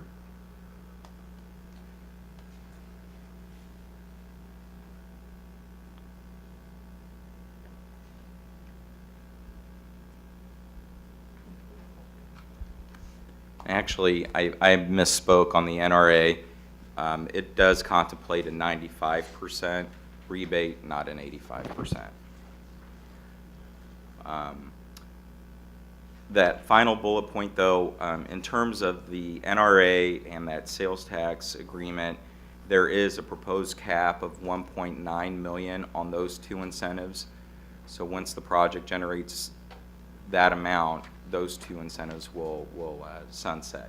The CID, we're not suggesting a cap on it because so much of the CID eligible costs include ongoing maintenance that we would be glad to keep that investment back with the project. But in the past, on some of our development agreements, we didn't include things like UG review to ensure that ongoing maintenance was occurring. I don't expect that to be an issue with this particular developer, but as we form a development agreement, you can expect to see some language like that. So it's not just an open-ended 22-year incentive. Okay, a $1.9 million cap to NRA and sales tax agreement. So at such time as the combination of rebate and sales tax above the base reach 1.9, then NRA goes away, the rebate goes away, and we're now getting 100% of the incremental property tax. That's right. But isn't sales tax going to drive getting to that 1.9? It'll be a large part of it, yeah. So how long will it take, what's our estimate on how long it takes for the sales tax revenue to reach 1.9? Because what I'm sitting here thinking is, okay, the NRA rebate goes away in 19 3/4 years. So why do we say that there's a cap to the NRA if we can't get there before 20? Do you have that pro forma? I It's didn't know what year it was. Commissioner, let me attempt. It's the 1.9 million was the numbers of the NRA along with the sales tax share over the 20 years that we projected and worked with Doug and George on. That being said, we think we've projected fairly conservatively, and what Lou put in there was once we hit $3.5 million in annual sales, that you move down to a 50-50 share, and if we're still knocking it out of the park, it's going to cut that off substantially earlier. So it's projected as a 20-year, but I would say we've made fairly conservative projections in what our uptick's going to be in sales, what our uptick's going to be in property tax and otherwise. And if those things happen, that's going to go to the UG's benefit by shutting off the period faster than you normally would have of a 20 years out here. But sales tax really is the driver to get us to that 1.9. Is that right? It's actually The value, based on the pro forma we've been working on, the value of the NRA over 20 years is 1.67 million. the projected value of the CID sales tax add-on is roughly $800,000, and then the incremental sharing of sales tax under the first scenario is 220. the total, aggregate total is about 220,000. Yeah, exactly. Thank you, I finally got there. It took me a while, I'm a little slow here toward the end of the meeting.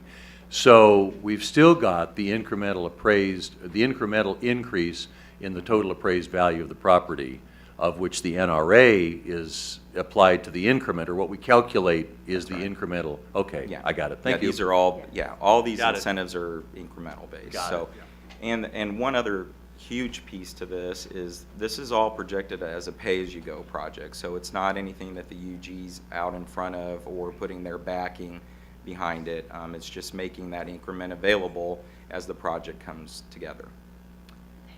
So the calendar we're proposing for this is, obviously we're here tonight with just a term sheet. We haven't had a chance to sit down and really formulate the development agreement. Plus, we want to get this committee's input on, are we on the right track? Do these incentives look appropriate for this type of project? Assuming that we are okay to proceed, one item we'll need to fast track to the commission meeting on Thursday night is a resolution setting the public hearing date to consider the CID on December 4th. That just has more to do with the statutory requirements of how we do those public notices.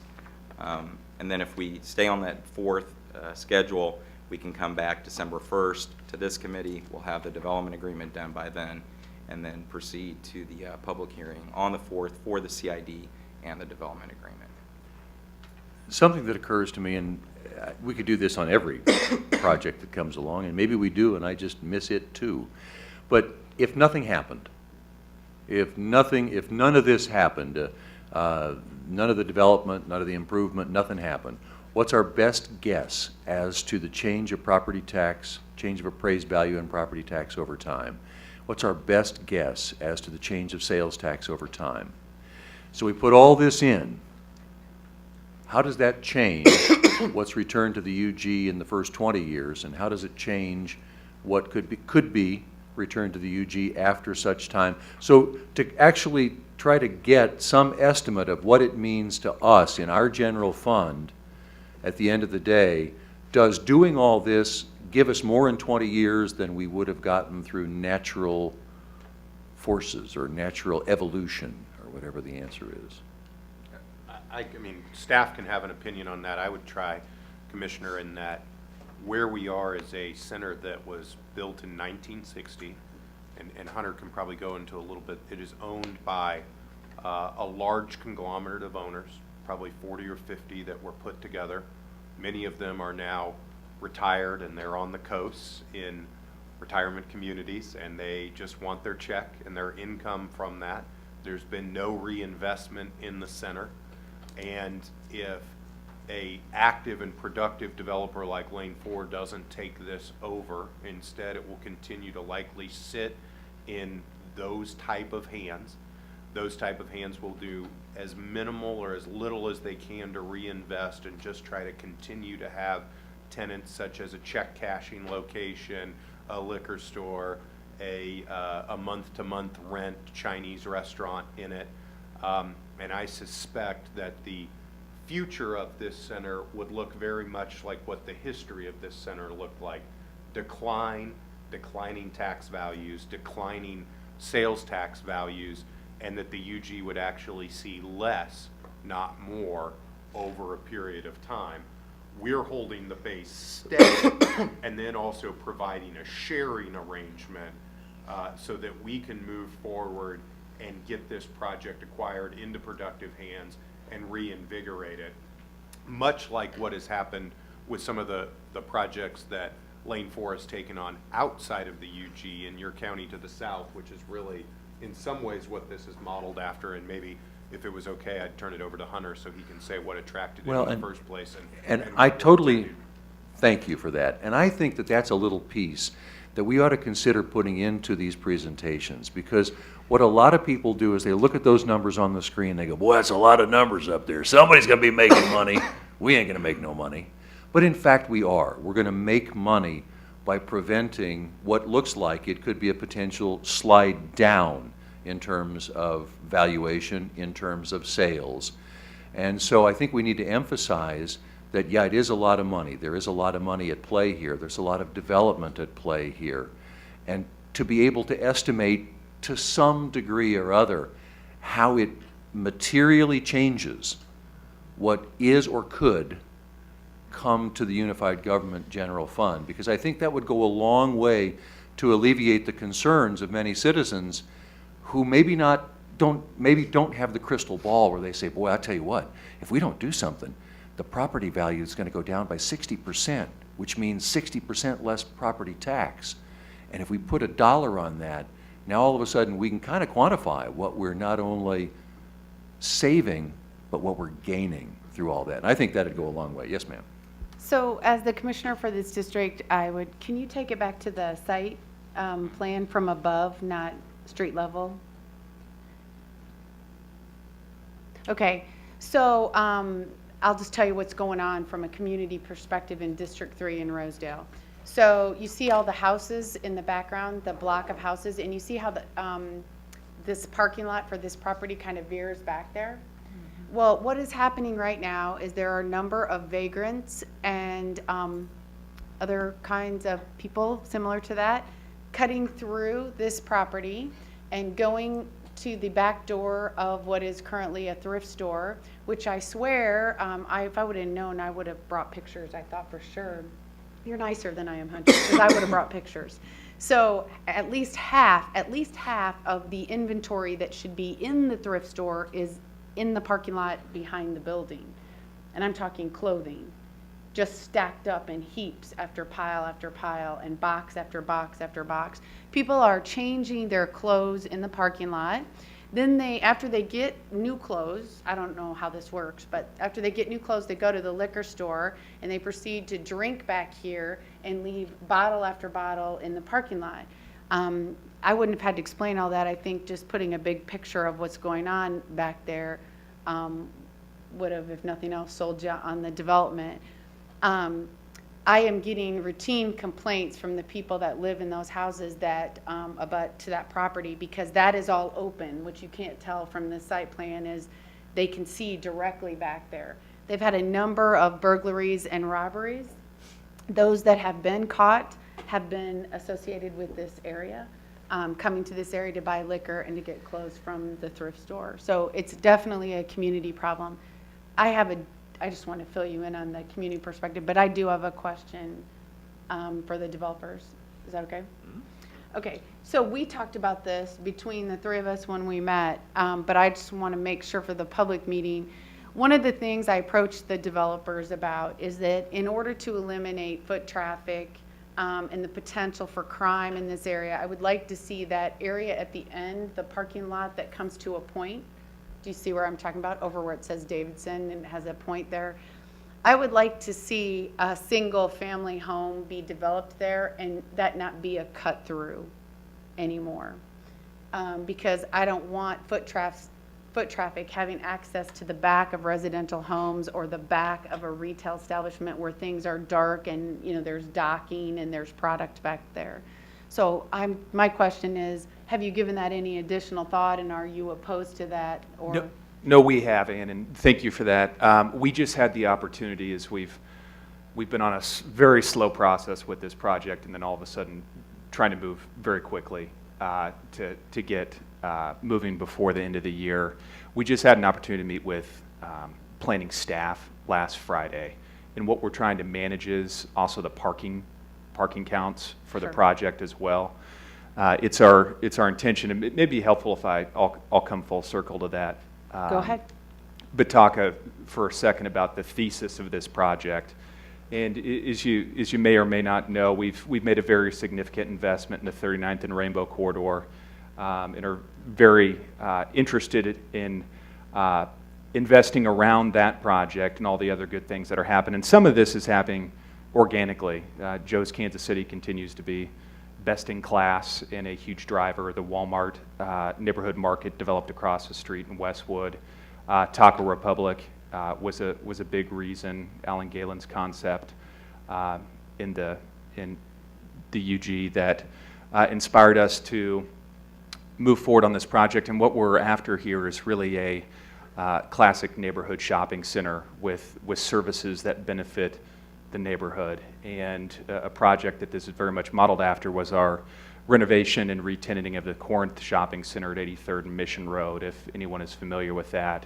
But we took an asset that really hadn't received any aesthetic improvements for a very long time, and the tenant mix was not carefully maintained. So what we aim to do here is come and do some landscaping, parking lot improvements, put a new roof on the center, upgrade the facade, and then begin utilizing some of our leasing expertise to attract other good restaurant tenants who will help attract dry cleaners and hairstylists and yoga studios and nail salons and the types of services that one would see across the street from a grocery store, not the thrift store and a tired restaurant of sorts and check cashing. So coming through that, we would be very glad to revisit that with you and work with staff on that. One thing that we're trying to be very careful to manage is that the center isn't overparked as it is, so we're trying to work with staff to make sure that we're going to meet the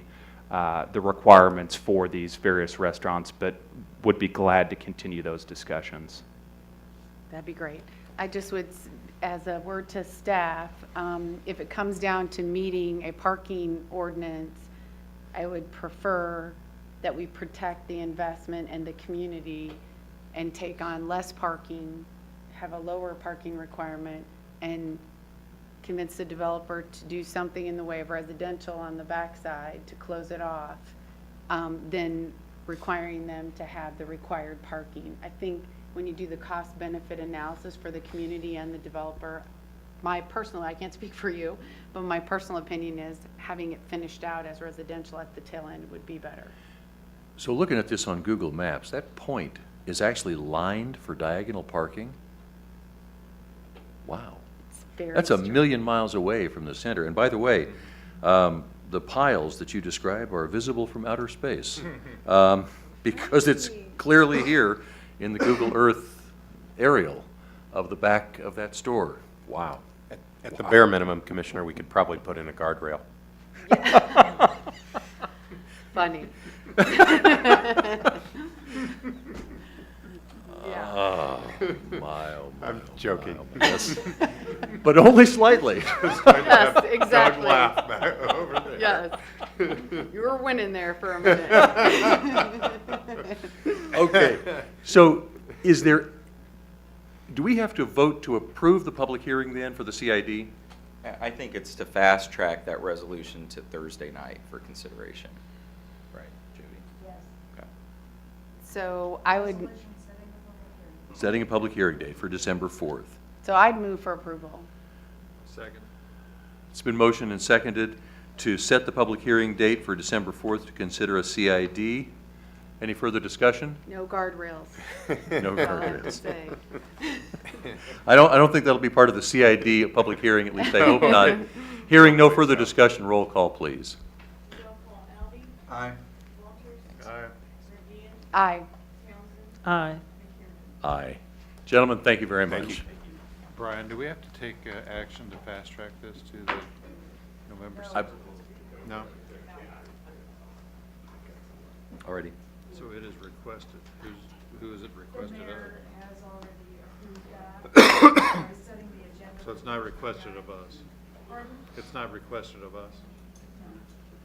I mean, if you- As long as we approve the public hearing, then we've effectively approved the fast track. Is that correct? I believe so. Right. You're right. Many times we do say faster. That's what we included in the resolution request.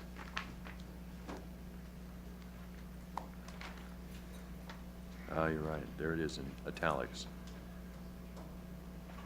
Well, the fast track was implicit in the motion.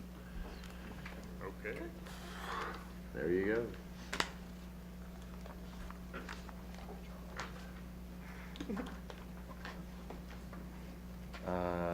Boy, this is a meaty handout. He's gone.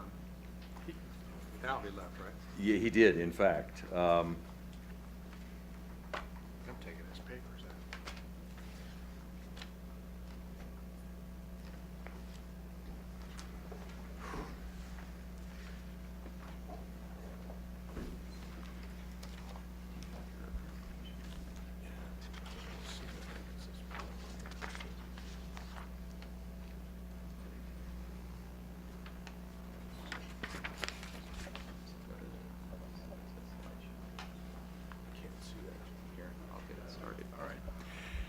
So our final item on our committee agenda tonight is a discussion of proposed changes to the NRA for 2015 through 17, and that's Charles Brockman and George Brakovich. Good evening, Commissioners. Charles Brockman with Economic Development. We're here today to present some changes for the upcoming 2015-2017 NRA plan. We come back before you about every 3 years for any kind of updates and such, and present it to you. And then as we do that, get recommendations and discussions, then we take it on to the school districts for approval, and then on to full commission, and then submit it to the state of Kansas for approval. So tonight, we're starting that process, and we wanted to present a slideshow to you and some of the recommendations that we have for the program. So the tax rebate program itself, I'll talk a little bit about it. It allows a refund of the new taxes on an improvement of an existing structure or a new structure. The program is also designed for both residential and commercial use. And in order to pre-qualify, you have to have all your taxes paid. The 8 proposed changes that we're wanting to discuss tonight is we want to ask if we can get an application fee attached, which previously does not have an application fee for the NRA. I looked into a couple different other cities, and they do have application fees involved in the NRA program, so we would like to adopt that.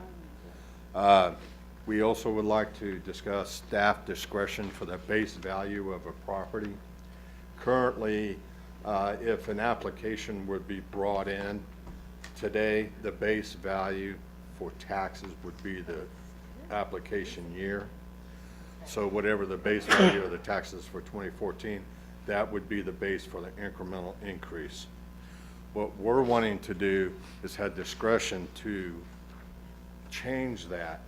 For instance, or as an example, if a developer comes in and says, okay, I'm going to do this project over here, and it's valued at $300,000, but he bought it for $100,000 because it's in such disrepair, we would be able as staff to set that base at $100,000 or somewhere in between as an added incentive. Now, they will be paying on the $3,000 in taxes, but once the project is completed and it gets a new value, the base would be 100, not the 300,000 that it was appraised at. So it gives us some discretion. And that would not be every application, that would be certain applications. Maybe just add another quick example that on a project that we've already kind of used this. In Fairfax, let's say there's an existing structure, and the structure is worth $500,000, but the underlying ground is the real value. And if the redevelopment proposal includes the demolition of that obsolete structure, the county appraiser's office has worked with our staff to say, okay, we'll set the base value at just the land value itself. And that way, a portion of the demolition cost can be absorbed by the developer without having that reflect in the base value calculation. So we've seen other examples, though, as we've worked projects where The building's probably not in bad enough shape to be a full demo. So is there any median ground to say there's still a partial value to both the land and the structure? And so we're just trying to put something into the policy that addresses that. So if I could ask a question, because I've had a couple of folks that I've talked with you about where they've gotten into a building and they want to make some improvements, but basically there's no possibility for them to use NRA because the value of the property, it's appraised already so high that they're not going to make improvements significant. Okay, so this, I'm sorry, I'm having an internal conversation here. So this would address those couple of issues that I've talked with you about where I have a person who comes in and really believes their property has been appraised too high. They still want to make improvements to it, but those improvements really don't qualify for our current NRA, but they would, with your discretion, to adjust the base value of the property other than what is the current set appraised value. Is that correct? Yes. Got it. Beautiful, thank you. Well, so what process would you use other than just pure negotiation to establish the new base? Well, I would suggest one of the items we could use is the suggested purchase price. So a lot of times, if the building's worth more in the county assessor's database than the purchase price, just with the timing of when that purchase price would actually be reflected as a base value, it's going to be a year later. And so in terms of timing it correctly, we'd be more than happy to go, if they have a purchase agreement, to try to say that probably is the best representation of true market value. If the owner's willing to sell it and someone's willing to pay that price, and probably equally as important if someone's actually willing to finance the owner to make that purchase. But that's a suggested guideline, and it may not be applicable to all the situations.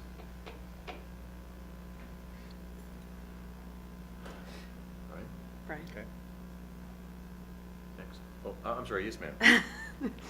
So just a couple of observations. One, I think it's interesting that apparently you all wouldn't bring this proposal forward unless there was a lot of discrepancy between purchase price and appraised value. So that's concerning that we have, that our economic development department is bringing that forward. That should tell us all something. Maybe something we already knew, but it's just more obvious. Changing policy to accommodate it. On a separate note, I just, for the commissioners, I'm sure you already noticed this, I just think it's interesting that Area 1 has done 480. I don't know, this one, Area 1 and 2, see? This Oh, one. you're reading ahead. Oh, I'm sorry. Oh, I'm so sorry. I was just, I didn't mean to go ahead of you, but I just wanted to say, it struck me as I was flipping through it that there have been 481 projects done in Area 1 and only 66 projects done in Area 2, when I think most people's assumption is that development gets easier, at least my assumption is, development gets easier as you go further west. Still, though.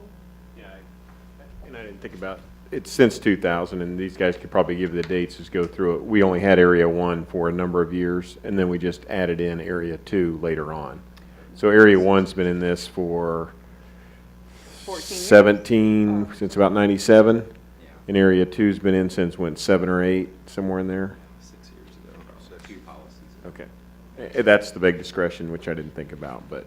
So, at some point, not for this meeting, you don't even have to bring it back, but just for my own peace of mind, since we implemented Area 2, can you compare apples to apples and get me that number? I'd love to know what projects have been done in Area 1 and Area 2 under the same time frame.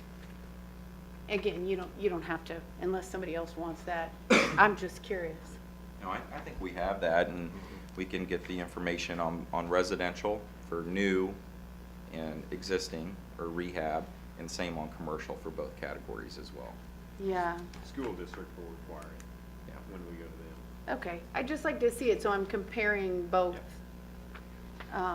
And over time would be good too, from when the implementation of the plan until now, because I know it takes a while to ramp up, so people are aware of the program. Sure, no problem. Okay.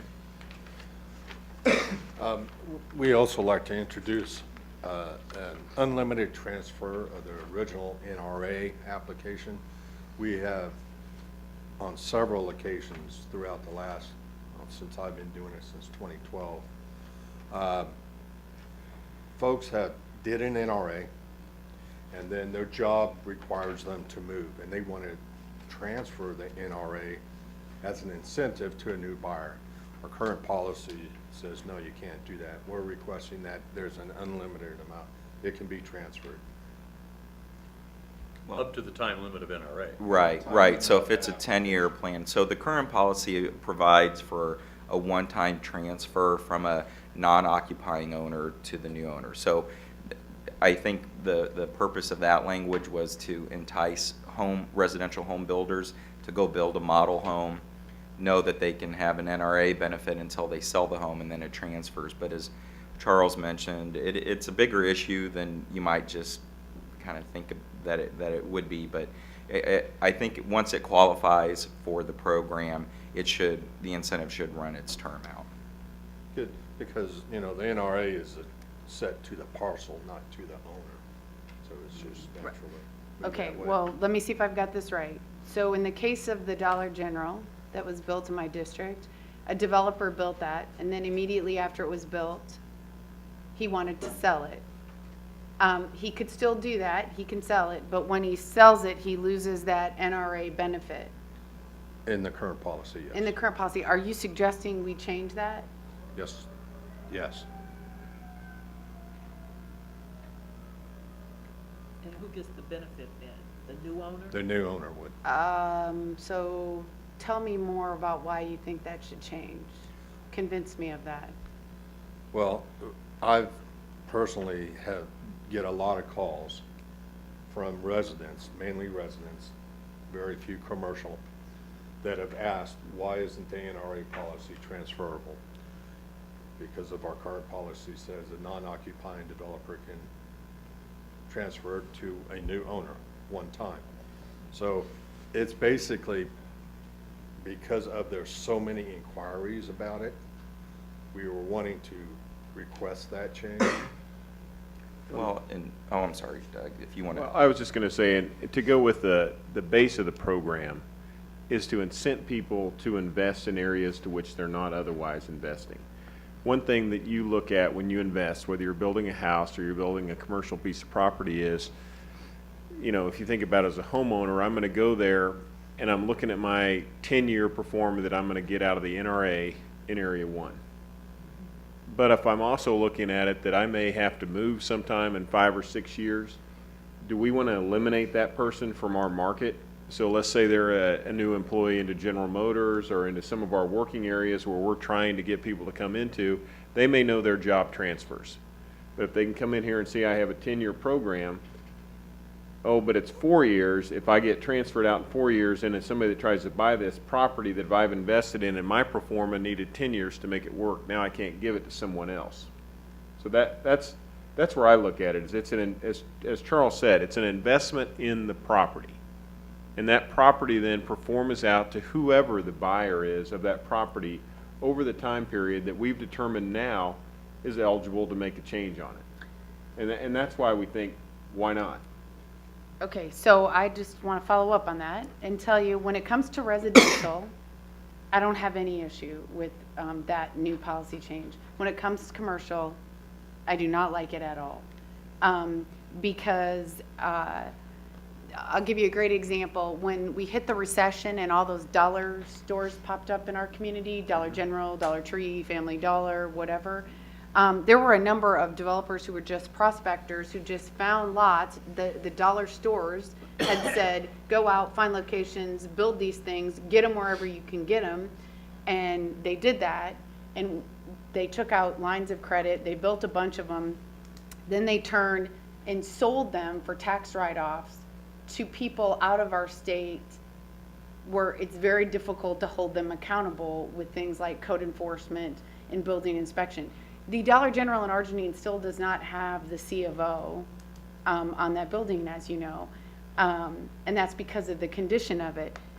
What else we prevented from happening, which was, I think, a big stick for us, is that the developer that developed it could not sell the property and transfer the NRA benefits that he was receiving.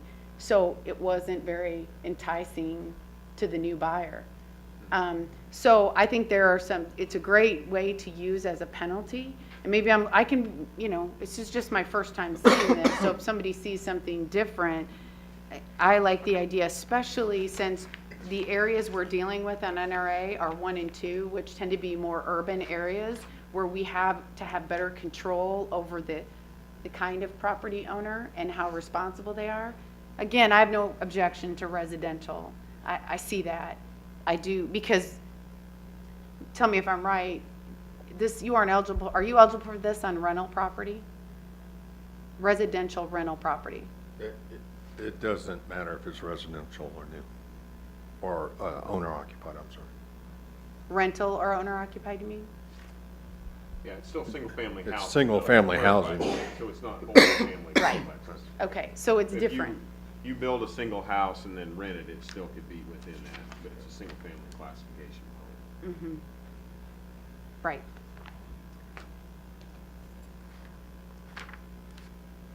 So it doesn't mean to stop, keep going if you have other changes. I didn't mean to stop you, We're that's just. flexible within this, so if there's differences there, we structure this. Commissioner Townsend.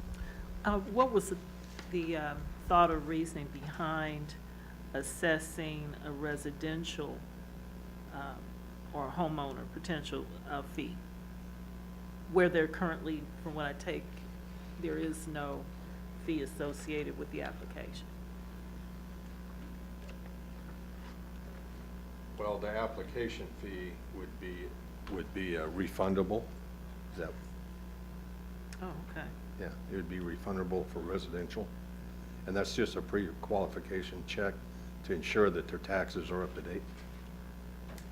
Oh, it said if is denied, refundable if the pre-application review is denied. Correct. Well, give me an instance. What I have in mind is, say, maybe the new homes, it's my understanding the new homes, say at 7th and Oakland, will qualify for a tax rebate. It would be this tax rebate? Yes. So a new potential owner would have to pay $50 to seek getting that tax rebate Correct, for the application fee. for the application fee. So in what situation would they not be able to get that $50 back? They would not get it back if their taxes were paid and they were approved for the application. Okay. Maybe I'm confused myself. They would not get it back, they would not get that refund back, the application fee back, if, They were approved. Hmm. If they were denied and they owe taxes, mhm, we'll refund the check. okay. So, best case The credit. scenario, Did I say that opposite? best case scenario, people wouldn't get it back. And I guess the question I'm really No, asking I is, think the concept we're considering is just the opposite of what Charles just said. It's if you're approved, you get it back. Oh, there we If go. for some Oh, reason it's okay. denied, oh, we okay, keep the fee. okay. All right.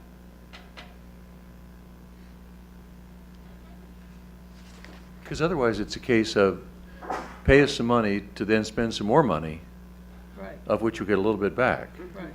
Okay. Well, and again, these are just some concepts and ideas that we've been jotting down during the 3 years that the current policy's been in place. You know, and I don't know if Charles has the research on other communities, but from what I've seen, there's some communities that simply charge fees on the commercial projects. And my personal opinion on it is, I see a huge distinction between somebody that's in Area 2 that qualifies for a 5-year residential and a 20-year commercial NRA project. And when we were talking about assessing an application fee, I think we're really targeting those large commercial uses that are, generating, tens of thousands of dollars in benefit over the term. But as you now clarified it, really the fee only gets paid by someone who causes us to expend our resources and put in some work for which there will be no increment in taxes over time because they don't qualify for NRA. That's right. All right. Yep.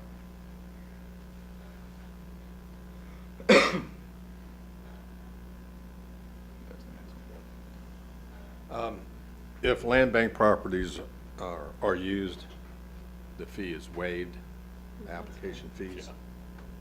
Please. Can we pay them? Tax I'm delinquency sorry. status.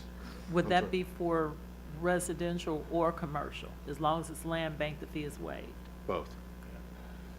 The tax delinquency status would be reviewed by staff now because of the updates in the UG information. Accessibility, I can go in now and see if they're tax delinquent. Previously, we had to send it off to the clerk and wait until they got it back, which would hold the application up. Oh, that's cool. Yeah. New multifamily construction is owner occupied. This was a policy previous, but we're just clearing the language up because the way that it was wrote, it could imply rental as well, so we want to make sure it's. Okay, explain this to owner-occupied. me. New multifamily construction is owner occupied. Explain that to me, please. I don't get it. Well, with multifamily, if you were to have one building and it's multifamily, say 3 parcels or 3 individual townhomes or such, Okay? it would have to have an individual parcel and it would need to be owner occupied per parcel.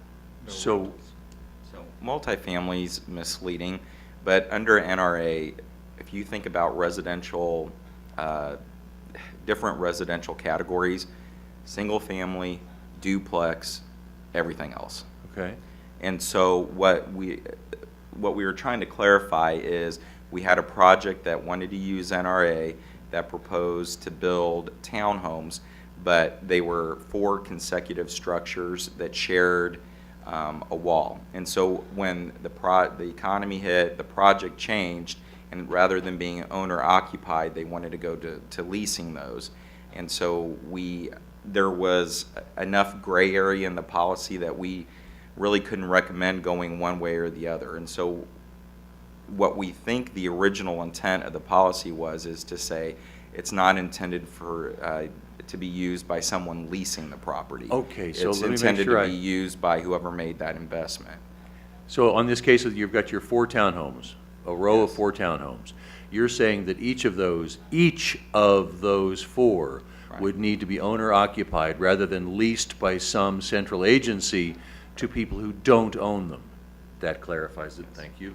I thought agree. you meant the developer had to live there. Well, That's exactly. You know, a big example comes from cases like a duplex. Yeah, exactly. That does sell out to 2 single-family owners, they'd be eligible. perfect. I love it. Great. And then removal of the prevailing wage language, that needs to come out of the policy. Yeah. And then we propose a new Area 3, which is the K32 corridor. With the same benefits Yeah. as Area 2 or Area 1? It'd be as Area 2. So you want to just expand to Area 2, really? Yeah, what we found is we have actually quite a bit of commercial development that occurs along K32. And of course, like other policy situations, we found that where the current Area 2 stopped did not flow all the way out to the Kansas City, Kansas boundaries. So we actually have commercial development opportunities kind of in that, zone that wasn't covered by Edwardsville or Bonner Springs, what they wanted to do along the corridor. And so this is just kind of bringing that corridor to more of a all-inclusive area without having a gap in coverage. So is this really, is this really just an efficiency move? Because it would strike me that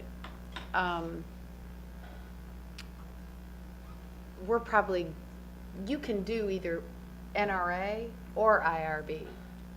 So really, are we really giving the same incentives currently in that area that that they would normally get through NRA anyway? And it's just easier since it's already a policy for them to do that? Kind of. So the best way to think about IRBs, by the time you factor in cost of issuance fees and all that, those projects really don't make sense unless they're $3 million and over. And so before the current NRA policy, there was a gap in coverage because the previous NRA policy capped out at projects at $2 million. So we've adjusted that for, to have coverage under the current policy up to $3 million. And I think Greg Kendall was here earlier, and if he's still here, he could probably offer some testimony to, we have certain commercial projects that could fit into this area of K32. They're going to be below $3 million that could benefit from having NRA. And I know we've lost a couple of projects in there because we could not offer that just because we had a gap in coverage. What are we offering them now? Nothing? Yeah, I mean, unless you have a project that's over $3 million, and we can't advise to go IRB because there's more cost than benefit to it. And you'll note on your map and your packet and up here, the distinguishing line that stopped us from going out to the rest of KCK here was the school district boundary changed. And over time, the Bonner Springs Edwardsville School District has developed NRA policies, similar things, so that's really why it didn't extend. So all we're doing now is, now we'll have a piece of property that is within the Bonner Springs Edwardsville School District. We'll have to include them in our presentations to go to and talk about and get their buy-in to use this property, similar to what's done to the property east of it. And to what, and I don't know what all the policies are there, but maybe some of them that are done west, similar.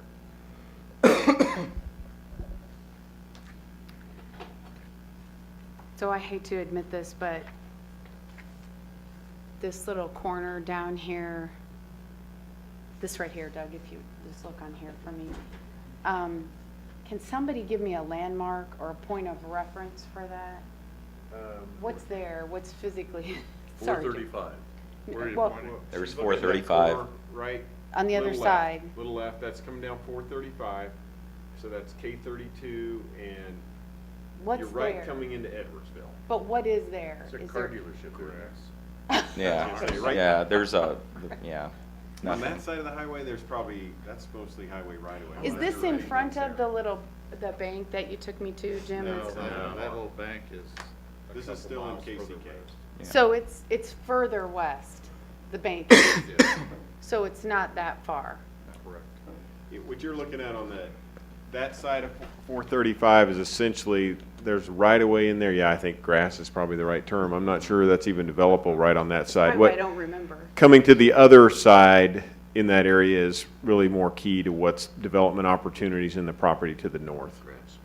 Okay. That's why it doesn't look familiar. What's this? That's on the south side of K32 on Con Drive, which is outside of the new NRA boundary. The boundary goes here, follows 435. Okay. Next line. Okay. So on this slide, we wanted to show how many properties were in Area 1 and Area 2. And so Area 1 has, since the conception, 481 projects, and then in Area 2 has 66. But as was noted before, over different timeframes. Correct. Okay. So in this chart here, if you look just in Area 1, which was 2000 to 2008, what this shows is an incremental increase in appraised value. So in residential rehab, there was a close to 3.8 million increase in appraised value just on residential rehabs. And there was close to 17 million incremental increase in residential new for those 8 years. So if you're going along, we're looking 2012 to 2014, even though that there was a spike, we had the downhill turn in the economy, there was still residential rehab going on. very little commercial, and then 2012 to 2014, we turned that around with an increase of roughly 3.2 in commercial, right at 5 million on rehab, and right at about 7 or 8.1 in residential new. So it steadily keeps going up. For 2012, 2014, we had 127 total projects, applications. Residential rehab, there was 46, 64, 11, and 6. And I broke it down into incremental increase per year annually there. So per year for those 3 years, there was a and I apologize, I can't see that real good, 1.68 million increase in incremental appraised value, and new 2.09, and the commercial rehab 1.68 as well, and then commercial new 960. So what we think that's most reflective of, especially in the commercial rehab, are existing businesses that would like to do some improvements, and maybe on policies previous didn't have that opportunity. And so I know in working with Greg and Jay over at WIDEC, we talk we meet every other week. NRA is probably the most used incentive we have, especially for smaller business commercial opportunities. And then we just wanted to show some rehab projects. Here's a residential rehab at 1149 Grand View Avenue. We have one at 2258 Quindaro Boulevard, 512 Barnett. And then we have a commercial rehab at 1915 West 43rd. And now that turned into Manica, which is an architectural firm. So we just wanted to present those to you. And then if there's any other questions. So do the boundaries have to be contiguous? As far as, So you've just extended the existing boundary, but could you like go over here and draw a circle and say, I want to make that an NRA Area 4? I think where we end with this one is the Kansas City, Kansas city limits. So so Edwardsville and, I can hardly spit that name out, and Bonner Springs, they have their own NRA policies, and they cover those areas. So what we're proposing with this new area is to stop that gap in coverage from where Bonner and Edwardsville are to where our current policy picks up. We want to make sure that that whole K32 commercial corridor is covered. Okay. And I know the boundaries, they sometimes look odd, but in this case, it's just following the city limits of Kansas City, Kansas.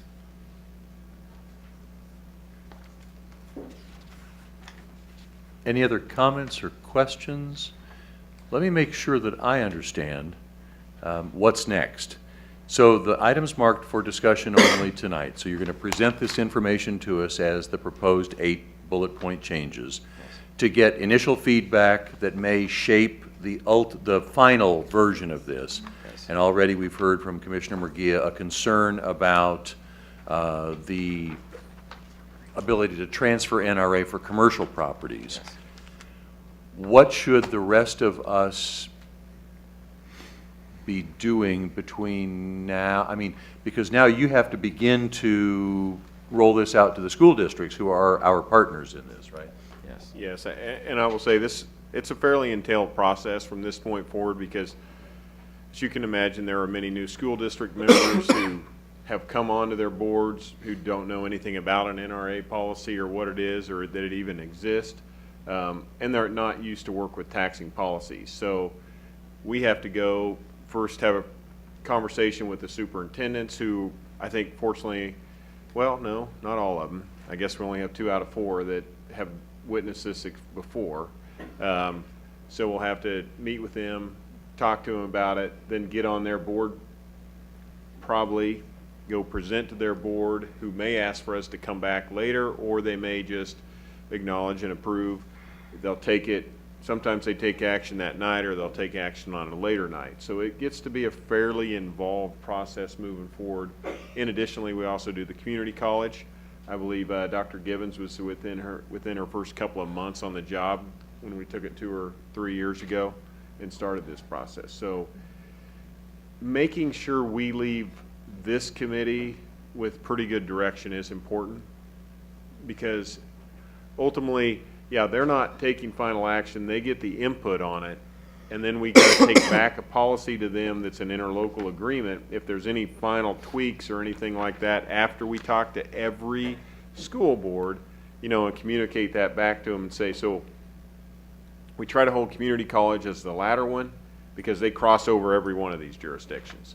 So if you go to 500 and 500 has some little change or tweak to it, you want to be able to tell the school district about that before you go to them. And we can make tweaks within each district, and usually they don't care what the other district's doing.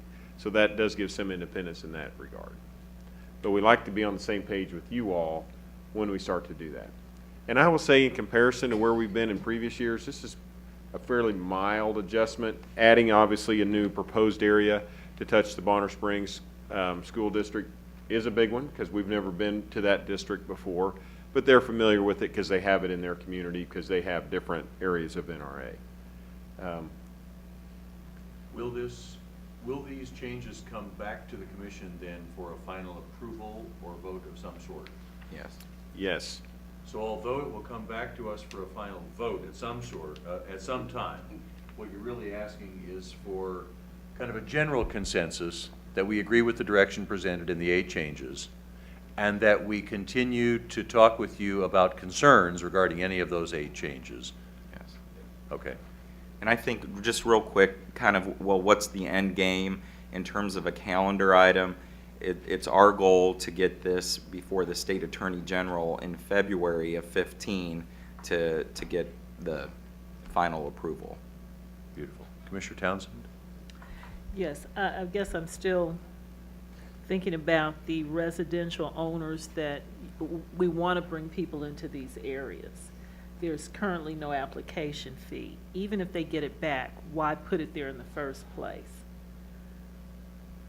I think for a lot of these areas, you're going to see that it's not an individual resident that's going to pursue building the house. It's still going to be coordinating with whether it's a private developer or other agencies. You know, the fee is simply to ensure, I guess, the processing of that and staff time. And if it gets approved, great, then it's in the program. And part of the reason there's a 5% holdback is to cover administrative costs on the program.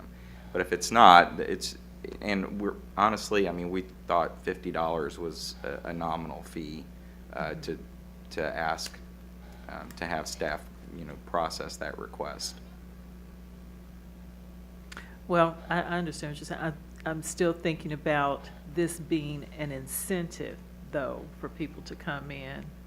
If there wasn't one before, what is there to be gained from putting one now on people who want to come in? I would maybe suggest too, if land bank, if the fee is waived automatically for land bank properties, kind of fits into the marketing and strategy for land bank. You know, if you're concerned about spending the $50, you could take a look at land bank properties. So I have an idea, but Well, but those are different. Again, I have in mind, say, the newer homes that are already constructed. They're not necessarily land bank. Well, if they're already constructed, though, they This wouldn't is new qualify for the construction. program. Yep. You have to enter the program before you actually physically construct or spend those dollars. Because part of the program is, as you go through, Charles is verifying that, you know, permits are pulled and that there's X amount of dollars spent on the project. So once it's fully constructed, it would be very difficult to say, okay, now we'll accept an application late, although I'm sure we probably have. So for, so then Friends for and those family. homes, the developer would have eaten that cost or have that cost? of the application? Let's say there are new homes built there on 7 in Oakland now, some additional ones. Would this fee then be for the developer to eat or for the new homeowner? The developer The would. developer, he would be the applicant. But if I Okay. understand your proposal, you're going to refund the fee if it's a legitimate application. If it qualifies, yes, So in 14 years, you've only denied 8. correct, So we're talking about the fees for 8 applicants, right? yes. So I don't think you should waste a whole lot of time on it personally. Okay, so waive the fee altogether for residential? Well, do I have it correct? Yes. If you had had this plan in place for the last 14 years, you would have only collected fees for 8 applicants? That's correct. Yeah. Sounds like a good deal to me. Insignificant. There you go. And it's work for you. That's, Get Go about ahead.